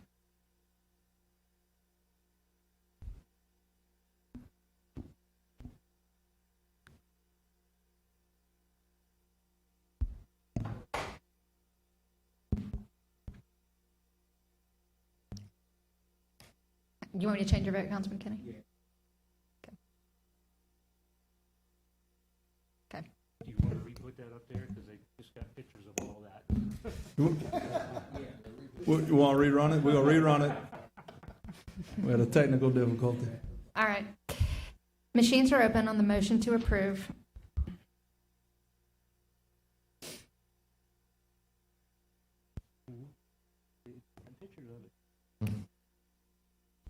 There you go. Motion carries. If the media would take a picture of that one and use that. I'm going to do a roll call. Councilman Gode? Yes. Councilman Moak? Yes. Councilwoman Adams? Yes. Councilman Dunn Jr.? You can say no vote. No vote. Councilman Hurst? No vote. Councilwoman Rocca? Yes. Councilman Knoll? Yes. Councilman Hudson? Yes. Councilwoman Amorosa? Yes. Councilwoman Coleman? Yes. Councilman Kenny? Councilwoman Harris? Yes. Thank you.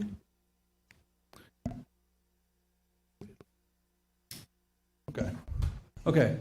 Items 52 and 53, recommendation by the department is to defer both of these to the May 13th meeting. 52, amend the 2026 pay plan for classified, unclassified, non-classified, contract fire, and police employees in the city of Baton Rouge, parish of East Baton Rouge, so as to add a new classification, director of contracts, and delete one special assistant parish attorney position by parish attorney and human resources director. And 53, amend 2026 allotment of positions for city of Baton Rouge and parish of East Baton Rouge, so as to change the allotment of the parish attorney administration to add one director of contracts and delete one special assistant parish attorney by the parish attorney and human resources director. Anyone here wishing to speak on this item? Seeing none, we'll go to council. Is there a motion to defer to the May 13th? Motion by Councilwoman Adams, second by the chair. Is there any opposition? Motion carries.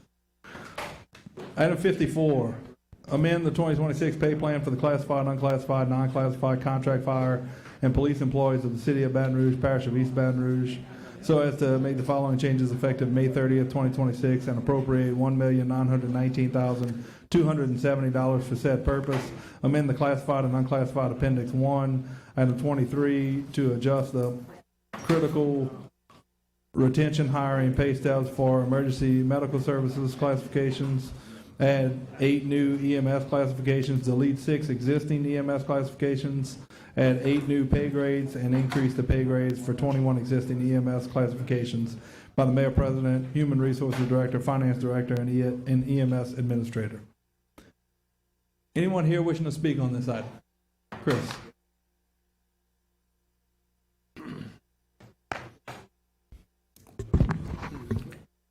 Thank you all for having me here tonight and introducing this item and putting it up for vote. But I want to take you back a little bit because sometimes you have to go back before you can move forward. In 1981, following the tragic passing of Drew McInnes, Mayor Pat Screen and this council body recognized that East Baton Rouge needed a better EMS system. And out of that tragic loss, East Baton Rouge EMS was born nearly 40 years ago. This mayor and council made a commitment to the citizens of this parish. Tonight, Mayor Edwards is making that same commitment to the citizens and the men and women of EMS through this pay plan, and I want to thank him for that tonight. And you have the opportunity to do the same thing, to make that same commitment to the men and women of East Baton Rouge EMS. This department has earned the National Paramedic Service of the Year award twice. Our medical director, Dr. Godby, was named Medical Director of the Year by the National Registry of Emergency Medical Technicians in 2022. We also hold CAS accreditation, which is the gold standard by which EMS industries is judged. Our partners at the Baton Rouge Police Department hold a CALIA advanced accreditation. The Baton Rouge Fire Department holds a Class 1 service rating. And the Mayor's Office of Homeland Security and Emergency Preparedness holds an EMAP accreditation. What does that mean? It means that this public safety team serving this city and parish does not just meet the standard, we set it. Last year, we responded in EMS over 72,000 calls for service. Our communication officers handled more than 295,000 calls in the 911 center. We supported more than 230 community events. Our training division provided hundreds of hours of training, not only for our personnel, but for our partner agencies and members of this public.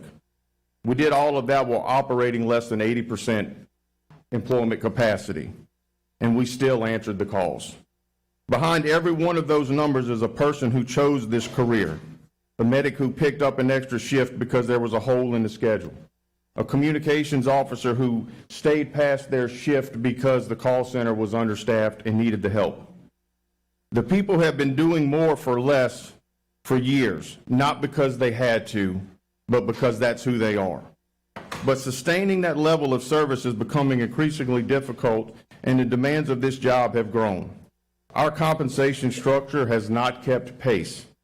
When over 60% of your staff are topped out at the pay scale with no realistic hope of a raise, those seasoned employees have less reason to stay and less reason to mentor the next generation. That is not a staffing problem, that is a compensation problem. This plan was built on 4 things: recruiting, retention, succession planning, and morale. It establishes a competitive entry-level pay so that we can attract qualified candidates, and it restores meaningful step progression so experienced employees have a reason to stay and grow. And it supports the next generation of EMS leaders, and it sends a message to every person in this department that their service matters to this city. This plan will not impact the city parish general fund, not $1. East Baton Rouge EMS is a special fund department, and this plan is funded entirely through our dedicated EMS funds. Our staff have worked extremely short-staffed for years, not for months, for years. They leave their families behind during disasters and on holidays. They miss birthdays, anniversaries, school events, because that's what this profession requires. They respond on the worst moments in people's lives, and they do it over and over again, and they do it professionally with compassion and skills that this community should be proud of.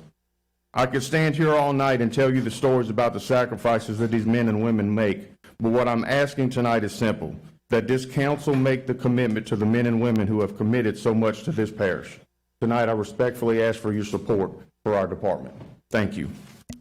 Thank you, Mr. Landry. Mayor, do you want to speak on this? Chief? Just a few brief words. Again, when we came in January of last year, then Director DeNicola came to us about some corrections he wanted to see in payment. And we started looking at those, and it's been a continuous dance to get to where we are today. In talking with Director Landry, this is something that EMS has been working toward for years, Every day, these folks go out and they save lives. The things that they're doing, putting automated CPR machines in every fire truck and every fire station in the parish, and some of the new advances that they're talking about going into, things that's going to be life savings for those people who are facing trauma or those people who are facing violent acts. So again, I stand here to say that God puts us where he wants us to be. These folks have the ability to save lives, and we ask that you stand with us in support of that and pass this for them as well. Thank you. Thanks, Chief. Mayor? Well, we start off with an award-winning organization, one of the best in the United States of America. And every time they work and they go out on a call, they're usually running up on one of us having our worst day ever. Here again, and building the fabric of the city of Baton Rouge and doing what we're doing, critical piece of what we do. The pay raise is more than deserved, and it's long overdue. So I respectfully asked our council, like we did on the last item, to please pass this and take care of our true heroes in our community. Thank you. Thank you, Mayor. Anybody else wishing to speak on this item? Good evening. My name is Walter Beach. I'm with EMS Reform. We're a nonprofit, and we support the EMTs out here. We just recently got acquainted with EMS PAC, which is out of New York, and we have about 20,000 EMTs now since we're national. I'm against this because the reason is it's not even up to standard. It's not, they deserve more. So what you're doing is shorting them. We're going to be back here in 10 more years. So look at it. If they're self-funded, they need more money. And that's just a fact. The other thing is, if you read the cover letter, you see the reasons why there's competition that needs to be brought in. And this is private companies coming in to help where they fall short until we get back on our feet. I work on an ambulance. I'll be on an ambulance tomorrow. I was on an ambulance yesterday.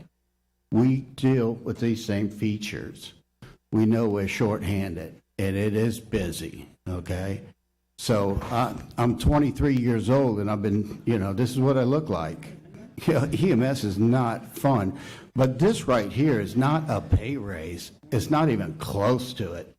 You're shorting them by at least $2, $3, and that's just to bring them up to where they need to be. Next year, 2 years from now, it's going to go up again. The demand is going to drive it. So if you don't bring in any kind of competition, they're going to be shorthanded. They're going to be shorted by finances. Their raise will be based on just a small funding. So I encourage competition for these guys, and that will bring a lot of money into them, and they can do their job because they do make money. They're going to self-fund them, but why not really self-fund them to the point where they are going to be paid where they need to be paid? So I want to thank y'all for the time. Thank you. Anyone else wishing to speak on this item?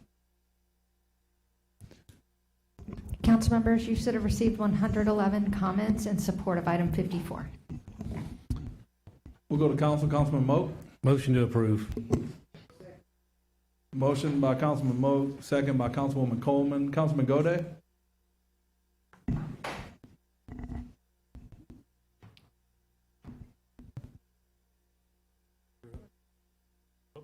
We closed the public hearing already. I thought you were waiting. You said proposition. I was in opposition, so you didn't make that announcement. No, we didn't have that on this one because we didn't have anybody turned in any comments in opposition. Well, typically, you open the floor if someone has something public to say. hearing, to the public hearing. We had a public hearing. I opened it and closed it. Like just a few seconds ago? Mm-hmm. Okay, but I was walking up. Okay, well, look, you can go ahead. Thank you so much. Yeah, I'll give you 3 minutes. So I would like to speak about this. There's no doubt that we need EMS. We do have to ask ourselves, why do we need them? Oftentimes, these things are preventable. A lot of times they're preventable, right? We think about they come out from violence calls or something in regards to mental health issues, right? And I hear time and time again that they need to get a pay raise, or these people need to get a pay raise, but we're not thinking about the actual residents of the city of Baton Rouge, right? These people already get funds, they get checks, and I understand times are hard, okay? They're hard for a lot of people, but we do have to keep in mind that residents and the care of the residents should be priority, right? I was in a meeting a few weeks ago where they called a bunch of nonprofit organizations and community leaders together. And, you know, they wanted us to put our resources together. They wanted us to put our time and all of our knowledge together. And one of the things that said, you know, spoken by Amy Mitchell, that if you're here for a grant, this is not the place for you. Essentially, they can exploit the skills, the talent, and the labor of the nonprofit organizations, the ones that actually have the boots to the ground doing the work. It's okay for them to work for free. It's okay for them to do what they do for free. But we can advocate for people who are already getting a paycheck, that signed up to do the job that it is that they're doing, right? So these things that these people are doing, the ones that have the nonprofits that have the boots to the ground, they are the ones that are preventing, they're helping reduce violence, right? And that's not just what I feel, that's according to data and statistics. When we look at the things that actually prevent and reduce violence, that would be economic stability, that would be housing, that would be youth programs, but yet we do not want to pay the people that are doing this work. And I think that is severely problematic. So if we do want to actually see EMS maybe called out less, so you don't have to be 23 years old and look like you're 67, I think maybe we should actually start to invest in the people that are actually preventing violence. And that would be our nonprofit organizations. That would be our people that are actually going out. So they're putting their lives on the line without a paycheck at all and are expected to do so without a paycheck. Thank you. Thank you. Councilman Goday. Thank you. Can our finance director, Ms. Sibbleway, come up on this item? I will not ask that question.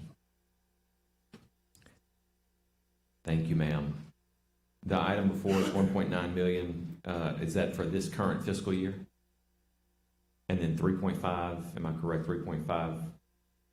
It's 1.9, yes, is for 2026, and then the annual cost, 3.2, is the annual cost that would be in 2027. And how much of that comes from the general fund? None of it comes from the general fund. This is actually, they're self-funded. They do not receive any support from the general fund. How will we generate the dollars for this increase, please? So their transport fees have been steadily increasing. We have not included them in the budget, but we will moving forward. And actually, this budget supplement actually appropriates those over collections until we saw something that was sustainable and felt comfortable including it as part of their reoccurring revenues. And so that's what we're proposing to utilize this. And so the past over collections have fallen into their fund balance. Thank you for that clarification on no impact on the general fund. Thank Correct. you. Chris, I think Councilman Ryder Hurst. stole some of my thunder, man. Come up here to the mic right quick. So I want to add a little bit to that. So can you just speak at a very high level of what the millage collects independently? Because I have a second part that I want to add to Rowdy to tell people about where the designation of funds are coming from to support the raise. Our millage is 3.13 mills, and it has been the same millage that was established and put together for us in 1984. And yields about what per year? If Angie would have to correct me on that, if I'm not mistaken, I think it's around 19 million. Is that correct, Angie? Okay. Yeah. Dwight is the millage guy. He loves them. So, so my next question for you is, can you explain to the public how you guys have done some creative stuff as a government agency in terms of using private health insurance? Because they need to know that as well, that you do generate funds. Well, We, a few years ago, we came to council and we adjusted our rates to be competitive, which is an open market for whether we bill for ALS 1, ALS 2, BLS rates. So that has increased the amount of revenue that we brought in, and even with that alone, we still bill pretty much a lot cheaper than most ambulance services alone. Our collection rate has went up significantly over that. We also do some all of the private billing. And then the other thing that a lot of people need to understand that this organization offers for the parish is that if you are an East Baton Rouge Parish resident, we write off several $1 million a year because we do not go after co-pays. We do not go after any of the things that you would possibly have. We bill your insurance, we collect what we can, but we don't aggressively or go anything after that. So as a tax-paying funded entity, we give back to the community just as much as we take in from billing and or the ordinance. Hey, Angie, do you know exactly how much I knew the numbers, I can't remember the private pay, and it's somewhere around 12 to 15 million. You know the number, Chris? What we bring in from our billing? Yeah. Last year, we brought in over $30 million from billing that's revenue. What I wanted people to hear, that it was a massive number, that y'all are revenue generating. We budgeted outside we had budgeted 17 million in revenue, and we brought in over 30. Yeah, I knew it was somewhere around 15 to 20. So I want the people at home to know that they came up with creative ways to make less of an impact on taxpayers. And for those departments that are being creative and doing those things, to grow the department without impacting the people at home. Number one, I say thank you, but number two, you all beyond deserving. And so whenever that 10 years comes up, I hope I'm not here, but you'll get that support. And if it happens in a couple of years as well, what you're doing right now is what's needed, but it also does not impact the people at home. So again, thank you. That's all I wanted to get to. God bless. Thank you, sir. We have a motion by Councilman Moe, second by Councilwoman Coleman. Is there any opposition? Motion carries. Item 55. Amend the 2026 allotment of positions for the City of Baton Rouge, Parish of East Baton Rouge, so as to change the allotment of emergency medical services effective May 30th, 2026. Add 12 new EMS positions and delete 10 existing EMS positions by Mayor, President, Human Resources Director, Finance Director, and EMS Administrator. Anyone here wishing to speak on this item?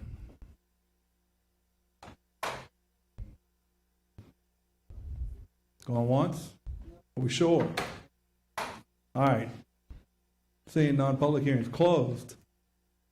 Motion by Councilwoman Coleman, second by Councilman Hurst. Is there any opposition? Motion carries.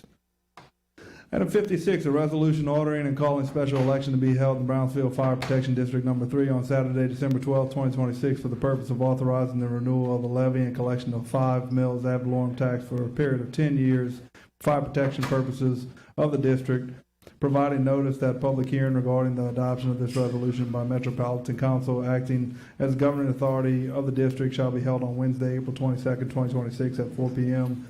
and providing for other matters in connection therewith by Brownsville Fire Protection District. Anyone here wishing to speak on this item? Seeing none, we'll go to council. We have a motion. Motion by Councilman Kenny, second by Councilwoman Coleman. Is there any opposition? Motion carries. 57, a resolution authorizing the City of Baton Rouge, State of Louisiana to make application to the State Bond Commission for consent and authority to issue not exceeding $3.5 million public improvement sales tax revenue refunding bonds for the purpose of providing sufficient funds to current refund the outstanding principal amount of public improvement sales tax revenue bonds not exceeding $31,500,000 public improvement sales tax revenue refunding bonds for the purpose of providing sufficient funds to current refund the outstanding principal amount of its public improvement sales tax refunding bonds. Public improvement sales tax revenue bonds pay the cost and issuance thereof, authorizing the execution and delivery of bond purchase agreement and providing in connection therewith by the bond council. Anyone here wishing to speak on this item? Seeing none, we'll go to council. We have a motion by Councilwoman Coleman, second by Councilwoman Adams. Is there any opposition? Motion carries. 58, authorizing Mayor President to amend that certain contract for professional legal services with Beverage and Diamond PC for legal representation of the city parish concerning claims under the Clean Water Act to increase the allowable compensation by an additional $425,000 for a total amount not to exceed $1,775,000 by the parish attorney and Department of Environmental Services. Anyone here wishing to speak on this item?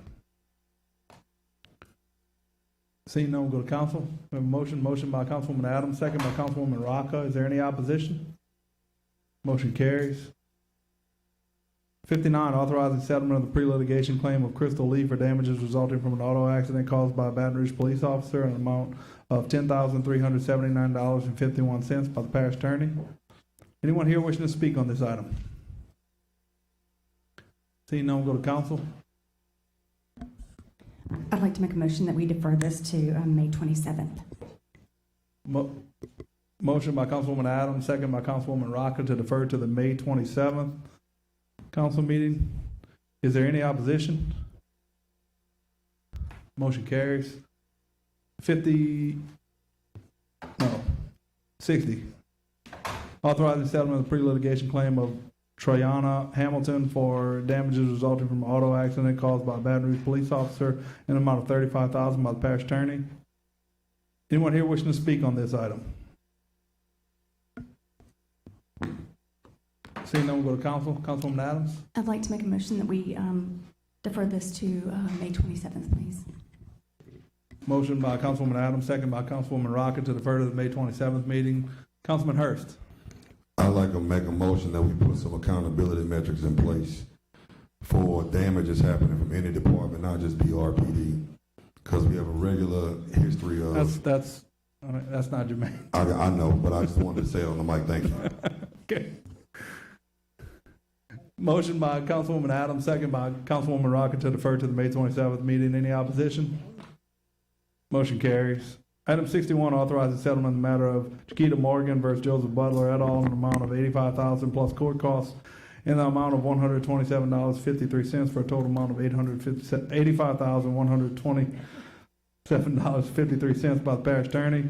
Anyone here wishing to speak on this item? Seeing none, we'll go to council. Councilwoman Adams. I'd like to make a motion that we defer this to May 27th.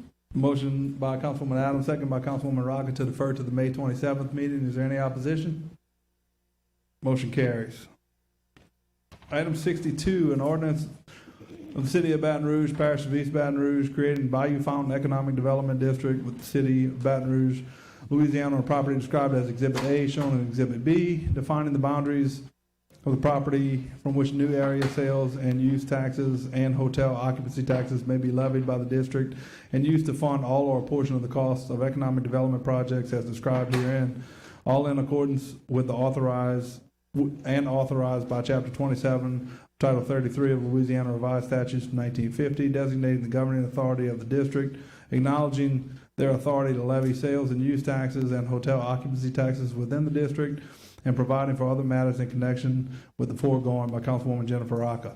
Anyone here wishing to speak on this item? Council members, you should have received one email comment in opposition to item 62. Seeing none, we'll go to council. I'd like to make an amendment. Can I do that at this Sure, time? please. We'll make a motion with an amendment. I'd like to make a motion to approve with the amendment, and I'm sorry, bear with me. There's a lot of words on this amendment. Number 1 on page 2, last whereas, replace with intends to pledge and dedicate the full sales tax increment TIF as determined below with intends to pledge and dedicate the sales and tax increment pledge tax increment as determined below. Number 2 on pages 4 and 5, delete the entirety of section 6 and insert in lieu thereof Section 6, the governing authority of the city parish hereby pledges to the district the TIF consisting of the city parish's 2% annual sales taxes and use taxes collected within the district that exceed the annual baseline less the fees and costs of the city parish pledge tax increment according to the following schedule. For the year ending December 31st, 2026, 100% of the pledge tax increment.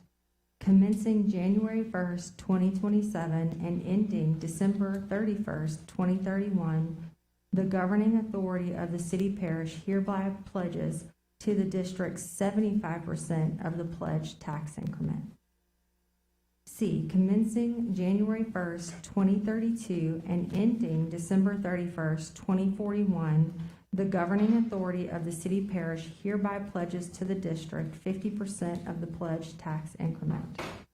D, commencing January 1st, 2041, and ending December 31st, 2051, the governing authority of the city parish hereby pledges to the district 25% of the pledged tax increment. Motion to approve as amended by Councilwoman Rocca, second by Councilwoman Adams. Councilman Hurst. And so you're going to get my vote on this, by the way. This is not against anything that y'all are doing because I support EDDs in its entirety. My concern for the colleagues that support EDDs and the ones that supported the one that I brought up on Plank Road, I want to say thank you. For the ones that didn't, it's not one side of the aisle, it's both sides of the aisle. It's always the south side of Florida Boulevard where we get no fights. It's south side of Florida Boulevard where we see bright lights, clean streets, where we arguing about can we go to one day a week trash because there's no blight piles out there. But anytime we respectfully try to do something in North Baton Rouge and service minority-based communities, we get full-on discussions, we get house full of people, we get infighting amongst colleagues, we get, I tell everybody, instead of getting out of slavery, sometimes it's trying to figure out who could be the best slave. And so I'm tired of seeing it happening. And so I do plan on reintroducing the Plank Road EDD with the requested changes by the council members here, because I don't just care about one side of town, I care about all sides of town. And instead of avoiding meetings so that you can say that you don't know what's going on, have the discussion to make sure that you're educated, informed, and can make the desired impact that we need, because BRPD will never have what they need.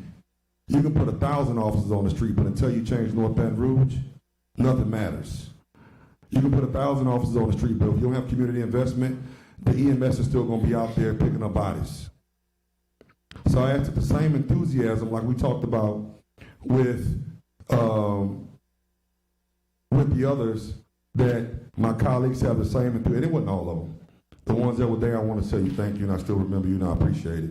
But have the same enthusiasm when those items come up. And so, Courtney, I'm asking you, Courtney, I'm asking you to resubmit the Plank Road EDD. And I'm asking that my colleagues provide the same support with clarity. And if you don't know, come talk to me, because every change that I was asked to make has been done. There does need to be an anchor because there's no baseline. It's an addition. It is. It's germane to me because it's additional 1 penny over 20 years. So thank you so much, Brandon, for letting me speak and for supporting it when it came up. And I ask my colleagues to do the same. God bless. Councilwoman Coleman. Yes, I want to make it be known that I have both sides of Florida Street. And so when I make a decision, it's what's good, what's best for those 37, 38, 39, whatever it is, constituents that I serve. And an anchor is of utmost. It's just like in your house. You can't support nothing if you ain't got what you need, the amount of money that you need to run it. And so this is not apples and apples, but this is apples and oranges. And I support this. Councilman Moat. As one that worked with your attorney, let me rephrase that. As Councilwoman Coleman just said, to keep it germane to the topic, let's discuss apples for apples, oranges for apples, or whatever you want to call it. It gives you the opportunity to call your fellow colleagues out. It gives you opportunity publicly to state how everyone's against you and run that narrative just straight into the ground. It is two different things. And for your information, I worked with you and your attorney on doing that. And to be germane to the topic, that is why I think this is different, because it has a viable anchor in the whole thing. So I understand you get the opportunity to speak and drag us all through the mud and everything and say how we don't care. But I want the public to know that if you look at both of these EDDs, and one, that you don't get 11 other people screaming or yelling about it or anything else, is because there's definitive differences between this one and the other one. Thank you. Councilman Hurst. Mo, I was your biggest fan on that, man. That wasn't you, by the way. So that what? Look, what I said was that there's a difference in what EDD purposes are for, and as it relates to this EDD, to stay germane to the topic, it's about building new. As it relates to the other one, it's about revitalization. So if there's no land mass to build and there's already economic drivers but no resource to support those economic drivers, then that's just another need and purpose for it. And so this particular one is about building. The other one is about revitalization. Both of them are impactful and purposeful, which is why we voted for LSU, which is why we voted for Southern. Southern had no driver, but we sat here and voted for it the exact same way. I don't care if it came from the state or not. We told our constituents that we supported it, and it was identical in North Baton Rouge. But when it came to doing the exact same thing on Plank Road, you were not one. You were a big champion. I appreciate it. I'll tell you that 1,000 times. I'm just saying that when we have these things that come in our town, we can do everything we want to do at their facility and other facilities, but we still are staying on the map for crime and everything else until we make the effort and the decision to fix areas of town that are disinvested, blighted, and forgotten about. Those are the low education, high crime areas, and so we can make every part of town better, but the ones that we leave out are the reasons why we have so many challenges in our city and why we're fighting for cops to stay on the force today.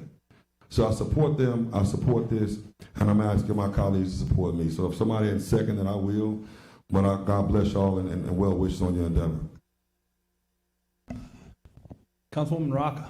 Hi, everyone. I want to thank every one of my colleagues for your support in this matter, for coming out and visiting the facility. But I'd be remiss if I did not thank Amanda Spain, who is an attorney on this matter, our parish attorney's office, their contracts division team that were remarkable, Angie's finance team, Tiffany Delapas, who's somewhere on the team somewhere. There she is back there.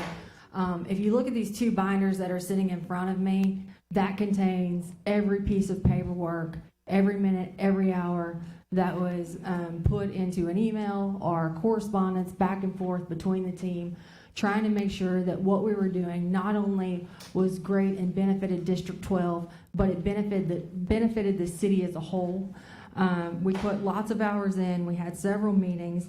The strategic planning behind this EDD has been absolutely remarkable. The amendment that you heard me talk about earlier was new and innovative and not like any other EDD that's happened in this parish before.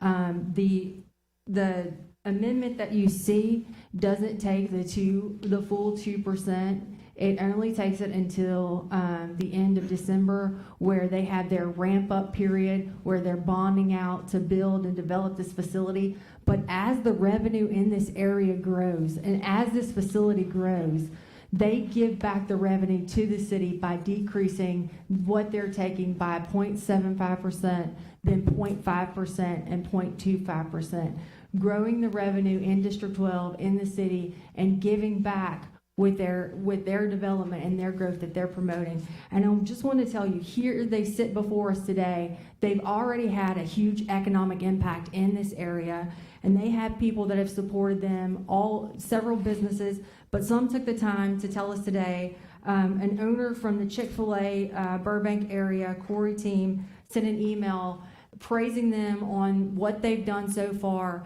the people that they've brought to District 12, the services that they've given, and how they have had really good patrons in that area when they host events.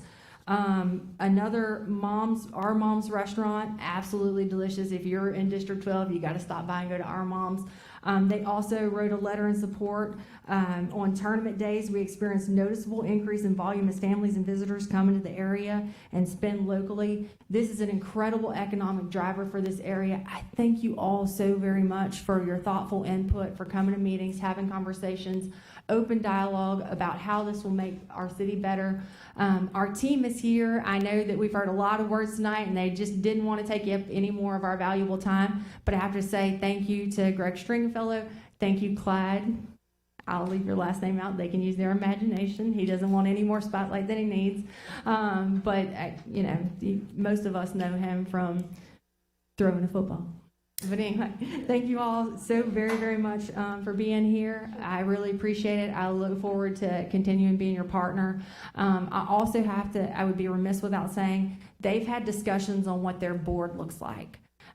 That has been an incredible compilation of people that have very interesting backgrounds. There are attorneys, there are former athletes, there are business owners from the area. There's a guy that's very well versed in finance. And these don't just come from my district. Some of these folks live in Rowdy Goday's district. Some of them work in District 12, but they live in other parts of the parish, Councilman Coleman's district. So we have a very unique makeup, an excellent board to come. I hope they all accept those positions, and I look forward to us all moving forward together. Thank you all so very, very much. Thank you, Councilwoman. We have a motion by Councilwoman Rocca, second by Councilwoman Adams. Is there any opposition? Motion carries, approved with the amendments. Item 63, amending ordinance 19579 of the City of Baton Rouge and Parish of East Baton Rouge by adding Chapter 28, Smoke Vape Shops, to Title 9, Licensing and Regulation, Trades and Occupations, so as to provide for a termination of the non-conforming status of the business under certain circumstances, advertising restrictions and window visibility and signage restrictions by Councilwoman Amorosa, Councilwoman Coleman, Councilman Goday, and Councilwoman Harris. Anyone here wishing to speak on this item? Seeing none, we'll go to council. We have a motion by Councilman Goday, second by Councilwoman Amorosa. Is there any opposition? Motion carries. Item 64, amending Title I, Municipal and Parish Organization, Chapter 3, Personnel, Part 4, Employees Retirement System of the Code of Ordinances, so as to include Baton Rouge Regional Airport Authority as a new employer to the City Parish Employees Retirement System by Interim Retirement Administrator. Anyone here wishing to speak on this item? Seeing none, we'll go to council. We have a motion. Motion by Councilman Moak, second by Councilwoman Amorosa. Is there any opposition? Motion carries. 65, authorize the Mayor President to execute a contract with Lamar Advertising Louisiana LLC, doing business as Lamar Companies for pollution prevention billboards in an amount not to exceed $61,815 by Environmental Services Director. Anyone here wishing to speak on this item? Seeing none, we'll go to council. Anybody? Somebody from the mayor's office speak on this? Adam here? There he is. Adam, can you give us an overview of what this is and where the funding is coming from? Sure. This is the requirements of both our sewer consent decree and then the stormwater management plan is that we do public outreach, public education billboards to educate people on, hey, don't pour grease down the drain. Don't put flushable wipes are not flushable. Don't blow grass and leaves into the storm drain. That type of thing. So that's what this is. We've got a handful of billboards spread out throughout the parish. Some of them are electronic. Some of them are static. So that's what this is for. This particular funding source is our general fund item under the stormwater budget. Okay. Thank you. Anybody else? Do we have a motion? Motion by Councilwoman Amorosa, second by Councilwoman Harris. Is there any opposition? Motion carries. Item 66, authorize the Mayor President and/or Brosco to execute a 3-year service contract for inspection and maintenance with Crom LLC associated with the ground storage tanks in an amount not to exceed $100,000 annually for a total of $300,000 by Environmental Services Director. Anyone here wishing to speak on this item? Seeing none, we'll go to council. We have a motion by Councilwoman Adams. Second. Second by Councilwoman Harris. Is there any opposition? Motion carries. 67, authorize the mayor president to execute a contract with American Facility Services, Inc. for janitorial services. That sounded weird. Janitorial services at the 19th Judicial Courthouse in an amount $278,049.08 by Building and Grounds Director. Anyone here wishing to speak on this item? Seeing none, we'll go to council. We have a motion. Motion by Councilwoman Adams, second by Councilwoman Coleman. Is there any opposition? Motion carries. 68, authorizing the mayor president on behalf of the city of Baton Rouge and parish of East Baton Rouge to enter into a lease agreement with Village LLC for a lease of space for the Louisiana Department of Health Sanitation Inspection at 2751 Wooddale Boulevard for a term of 5 years at a rate of $5,700 per month by Director of Building and Grounds. Anyone here wishing to speak on this item? Seeing none, we'll go to council. We have a motion by Councilman Dunn Jr., second by Councilwoman Adams. Is there any opposition? Motion carries. Item 69, authorizing the mayor president to execute an assignment and assumption agreement with the Baton Rouge Regional Airport Authority and to sign all documents in connection therewith by the aviation director. Anyone here wishing to speak on this item? Seeing none, we'll go to council. We have a motion by Councilman Dunn Jr., second by Councilman Kenny. Is there any opposition? Motion carries. Item 70, there's been a request to defer this item for 3 weeks. Authorizing Mayor President to execute a cooperative endeavor agreement with the Baton Rouge Regional Airport Authority for the supply of municipal services by the city of Baton Rouge and parish of East Baton Rouge to the Baton Rouge Regional Airport Authority and to sign all documents in connection therewith by the aviation director. Anyone here wishing to speak on this item? Seeing none, we'll go to council. Motion by Councilman Dunn Jr., second by the chair. Is there any opposition? Motion carries to defer for 3 weeks. 71, authorizing Mayor President to execute an intergovernmental agreement with the Baton Rouge Regional Airport Authority for benefits, administration, and participation in the insurance benefits plan of the city of Baton Rouge, parish of East Baton Rouge, and to sign all documents in connection therewith by the aviation director. Anyone here wishing to speak on this item? Seeing none, we'll go to council. We have a motion by Councilman Dunn Jr., second by Councilman Kenny. Is there any opposition? Motion carries. Item 72, approving the responses provided to the annual Louisiana Compliance Questionnaire for the year 2025 as required by the legislative auditor of the state of Louisiana by the finance director. Anyone here wishing to speak on this item? Seeing none, we'll go to council. We have a motion. Motion by Councilwoman Harris, second by Councilwoman Coleman. Is there any opposition? Motion carries. Item 73, authorizing the mayor president to execute supplemental agreement number 4 for professional engineering services with ACOM Technical Services, Inc. for design study, full NEPA services, road mapping, and final design services for the MUBR Corridor Enhancement College Drive, Perkins Road to I-10 project in an amount not to exceed $3,700,823.75, bringing the total contract amount not to exceed $7,098,335.77 by Transportation and Drainage Director. Anyone here wishing to speak on this item?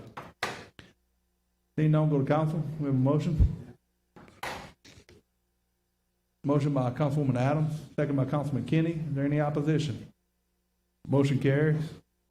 Item 74, authorize the finance director to refund an erroneous remittance of sales tax to Baton Rouge Clinic AMC in an amount of $336,437.27 for remitting sales tax on non-taxable prescription drug purchases for the audit period of July 1st, 2021 through November 30th, 2022, with cost of such refund to be charged against sales tax revenues by the finance director. Anyone here wishing to speak on this item? Seeing none, we'll go to council. We have a motion by Councilman Hudson, second by Councilwoman Adams. Is there any opposition? Motion carries. 75, a resolution authorizing the execution and delivery of the 15th Amendment to Intergovernmental Contract and Local Services Agreement among City of Baton Rouge, Parish of East Baton Rouge, and Greater Baton Rouge Airport District related to refinancing certain prior indebtedness of the Greater Baton Rouge Airport District to the City of Baton Rouge and providing for other matters related thereto by Greater Baton Rouge Airport District. Anyone here wishing to speak on this item? Seeing none, we'll go to council. We have a motion by Councilman Dunn Jr., second by Councilwoman Harris. Is there any opposition? Motion carries. 76, rescinding and directing clerk of court to cancel notice to attend recorded on July 14, 2025, and decision and order recorded on December 1st, 2025, in the matter of City of Baton Rouge versus Henry L. Thurman Jr., 2845 79th Avenue. The reason for rescission is the property is currently being renovated by the owner, by Councilman McKinney. Anyone here wishing to speak on this item? Seeing no one, go to council. Motion by Councilman McKinney, second by Councilwoman Harris. Is there any opposition? Motion carries. 77, rescinding and directing clerk of court to cancel notice to attend recorded on May 21st, 2025, and decision and order recorded on February 18th, 2026, in the matter of City of Baton Rouge versus Willie Hawkins and Ellen C. Hawkins, 2842 Plover Street. Reason for rescission, the property is being repaired to meet code, by Councilman McKinney. Anyone here wishing to speak on this item? Seeing none, we'll go to council. Motion by Councilman McKinney, second by Councilwoman Harris. Any opposition? Motion carries.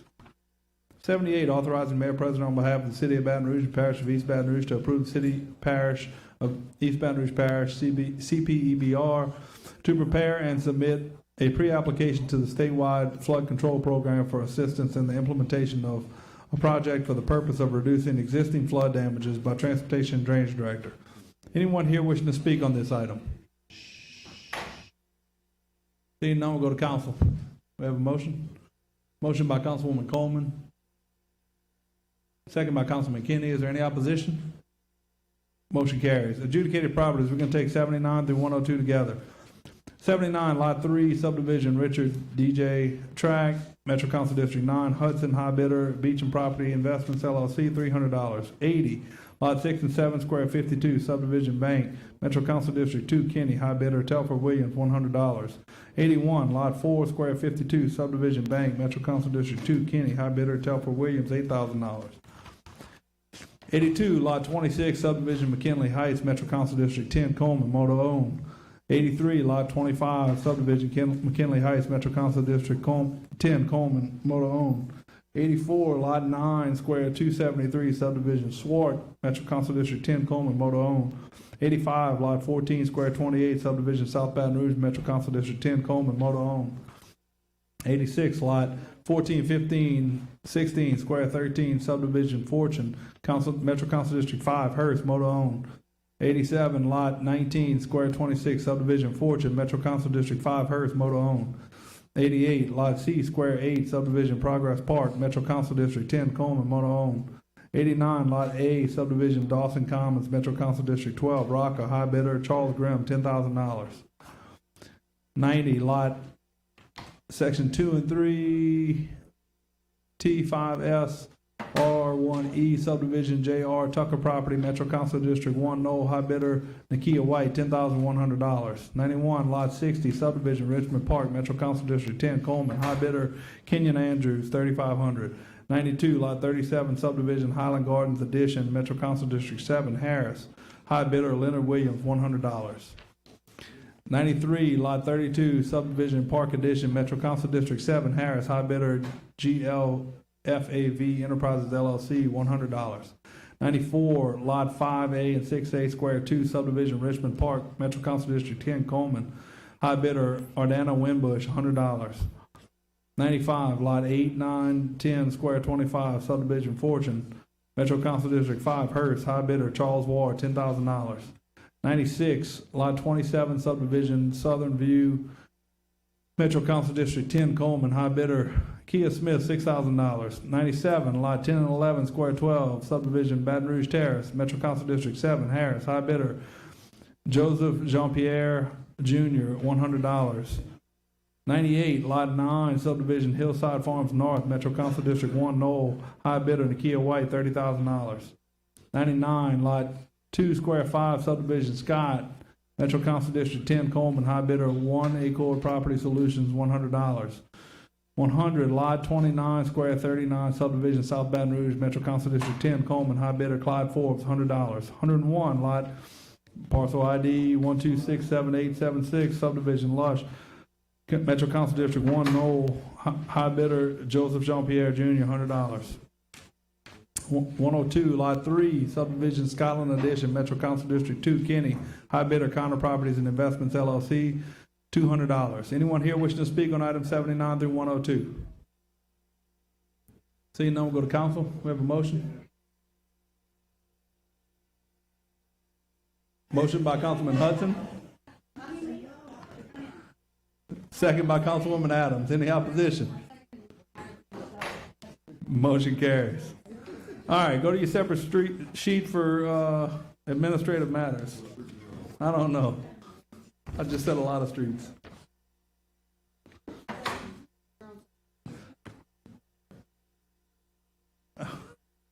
Gotta read it. All right. Administrative matters.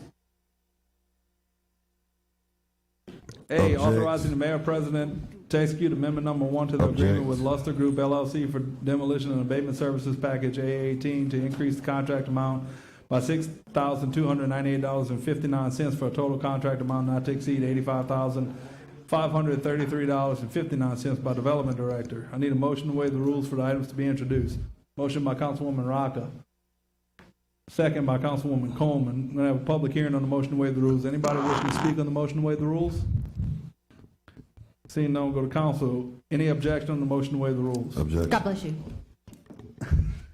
We have an objection. Item cannot be introduced.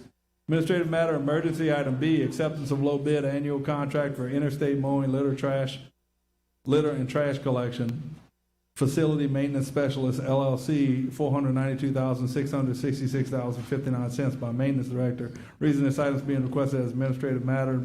Department of Maintenance is requesting the addition of this item to the Metro Council agenda as administrative matter to secure a vendor contract for mowing, litter, and trash removal services without further delay. Any postponement in commencing these services will result in overgrown conditions, increased maintenance costs, and potential safety hazards along the interstate. The interstate, that isn't our responsibility, right? Okay, but need a motion to waive the rules. Motion by Councilwoman Rocca. Do we have a second? Second by Councilwoman Harris. We're gonna need a public hearing on the motion to waive the rules. Anyone wishing to speak on the motion to waive the rules? Seeing none, we need a vote on the motion. Any objection on the motion to waive the rules? Reggie, my boy, but objection. I appreciate it, man. God bless you. Objection, item cannot be introduced or heard. All right, appointments. 103, Hospital Service District Number 1, Board of Commissioners, Lane Regional Medical Center, consideration of reappointing or replacing Nikisha Cleveland. Current ballot is Nikisha Cleveland, requesting reappointment. Anyone here wishing to speak on this item? Seeing none, go to council. Motion to reappoint Nikisha Cleveland by the chair. Do we have a second? Anybody, second? Second the motion? Anybody? Anybody? Second by Councilman Hudson. Is there any opposition? Motion carries. Item 104, Hospital Service District Number 1, Board of Commissioners, Lane Regional Medical Center, consideration of replacing Dr. Reagan Elkins, who is not seeking reappointment. There is nobody on the current ballot. We do need a recommendation from one of the doctors from staff. So I'm going to recommend deferring this item. Anyone here wishing to speak on this item? Seeing none. Make a motion to defer to May 13th meeting. Second by Councilman Goday. Is there any opposition? Motion carries. 105, Industrial Development Board, consideration of reappointing or replacing Dan Boudreau, the 6-year term. Current ballot is Dan Boudreau requesting reappointment. Anyone here wishing to speak on this item? Seeing none, go to council. We have a motion. Motion by Councilman Hurst. We have a second. Second by the chair to reappoint Dan Boudreau. Any opposition?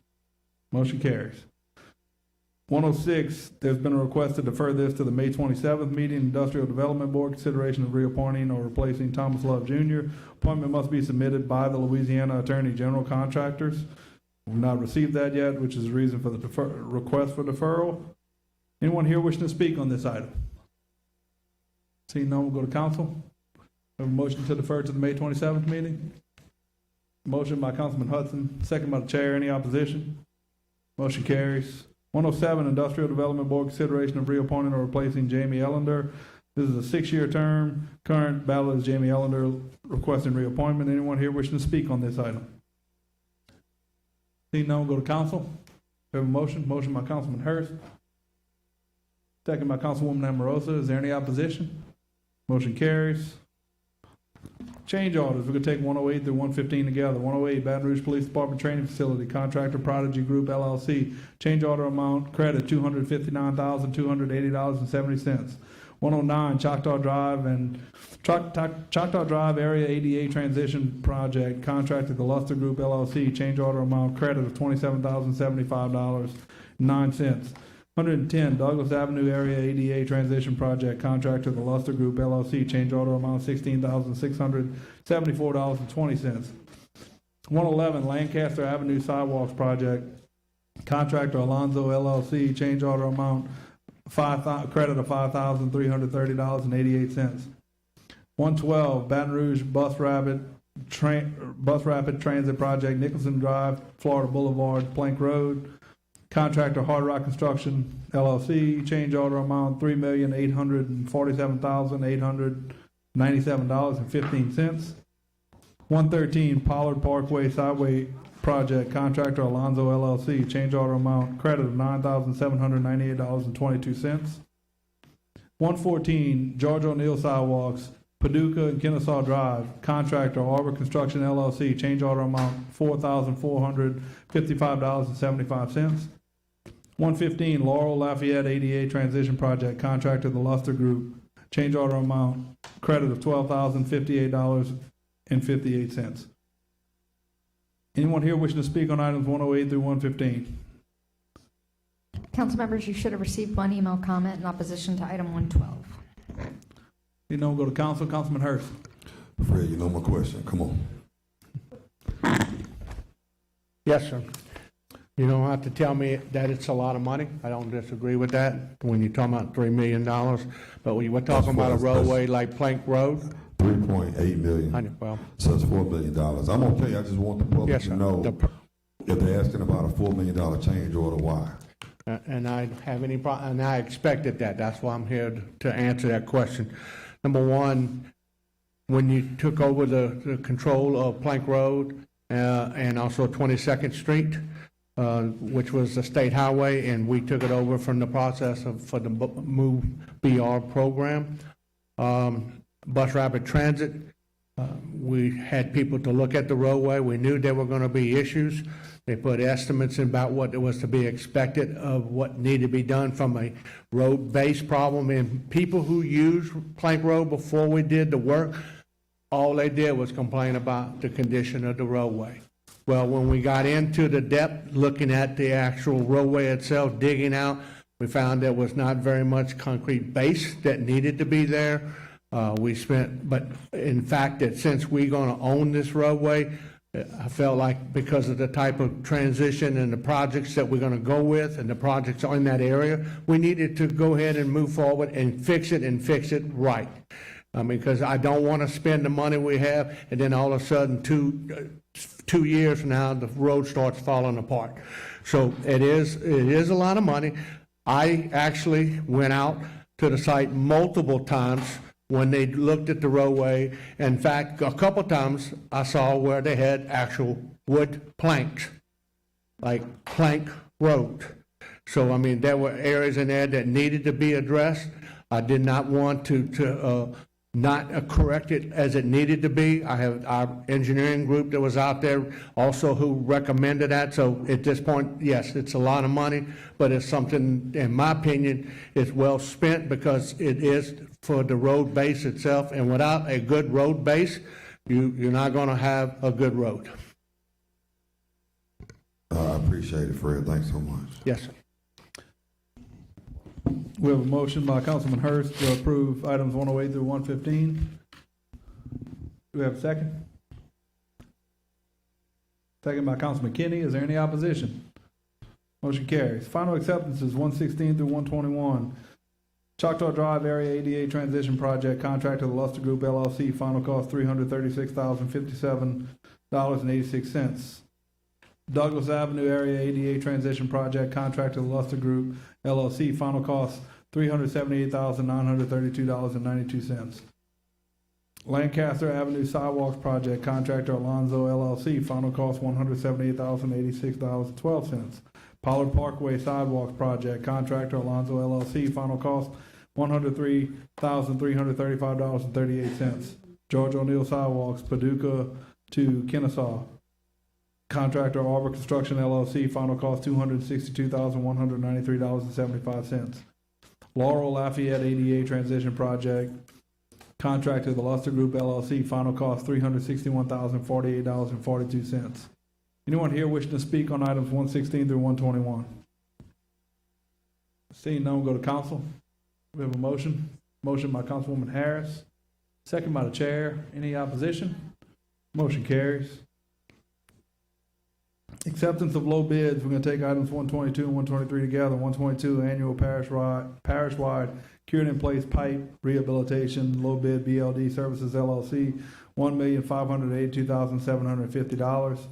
123, annual parish-wide concrete pavement restoration, Luster Group LLC, $479,387.50. Anyone here wishing to speak on these items? Seeing none, we'll go to council. We have a motion. Motion by Councilwoman Coleman, second by Councilman Kinney. Is there any opposition? Motion carries. We got a request to reconsider item 47 by Councilwoman Harris. We have a second by Councilman Coleman. Any opposition to reconsidering item 47? 30 days. We're asking for 30 days on item 47. Is there a motion by Councilwoman Harris? What's that? Oh, yeah. Anyone wishing to speak on item 47? Seeing none, go to council. Councilwoman Harris, motion to approve 30-day deferral. Second by Councilwoman Amorosa. Any opposition? Motion carries. Councilwoman Amorosa. Motion to adjourn. Meeting's adjourned. Thank y'all for your continued service. God bless.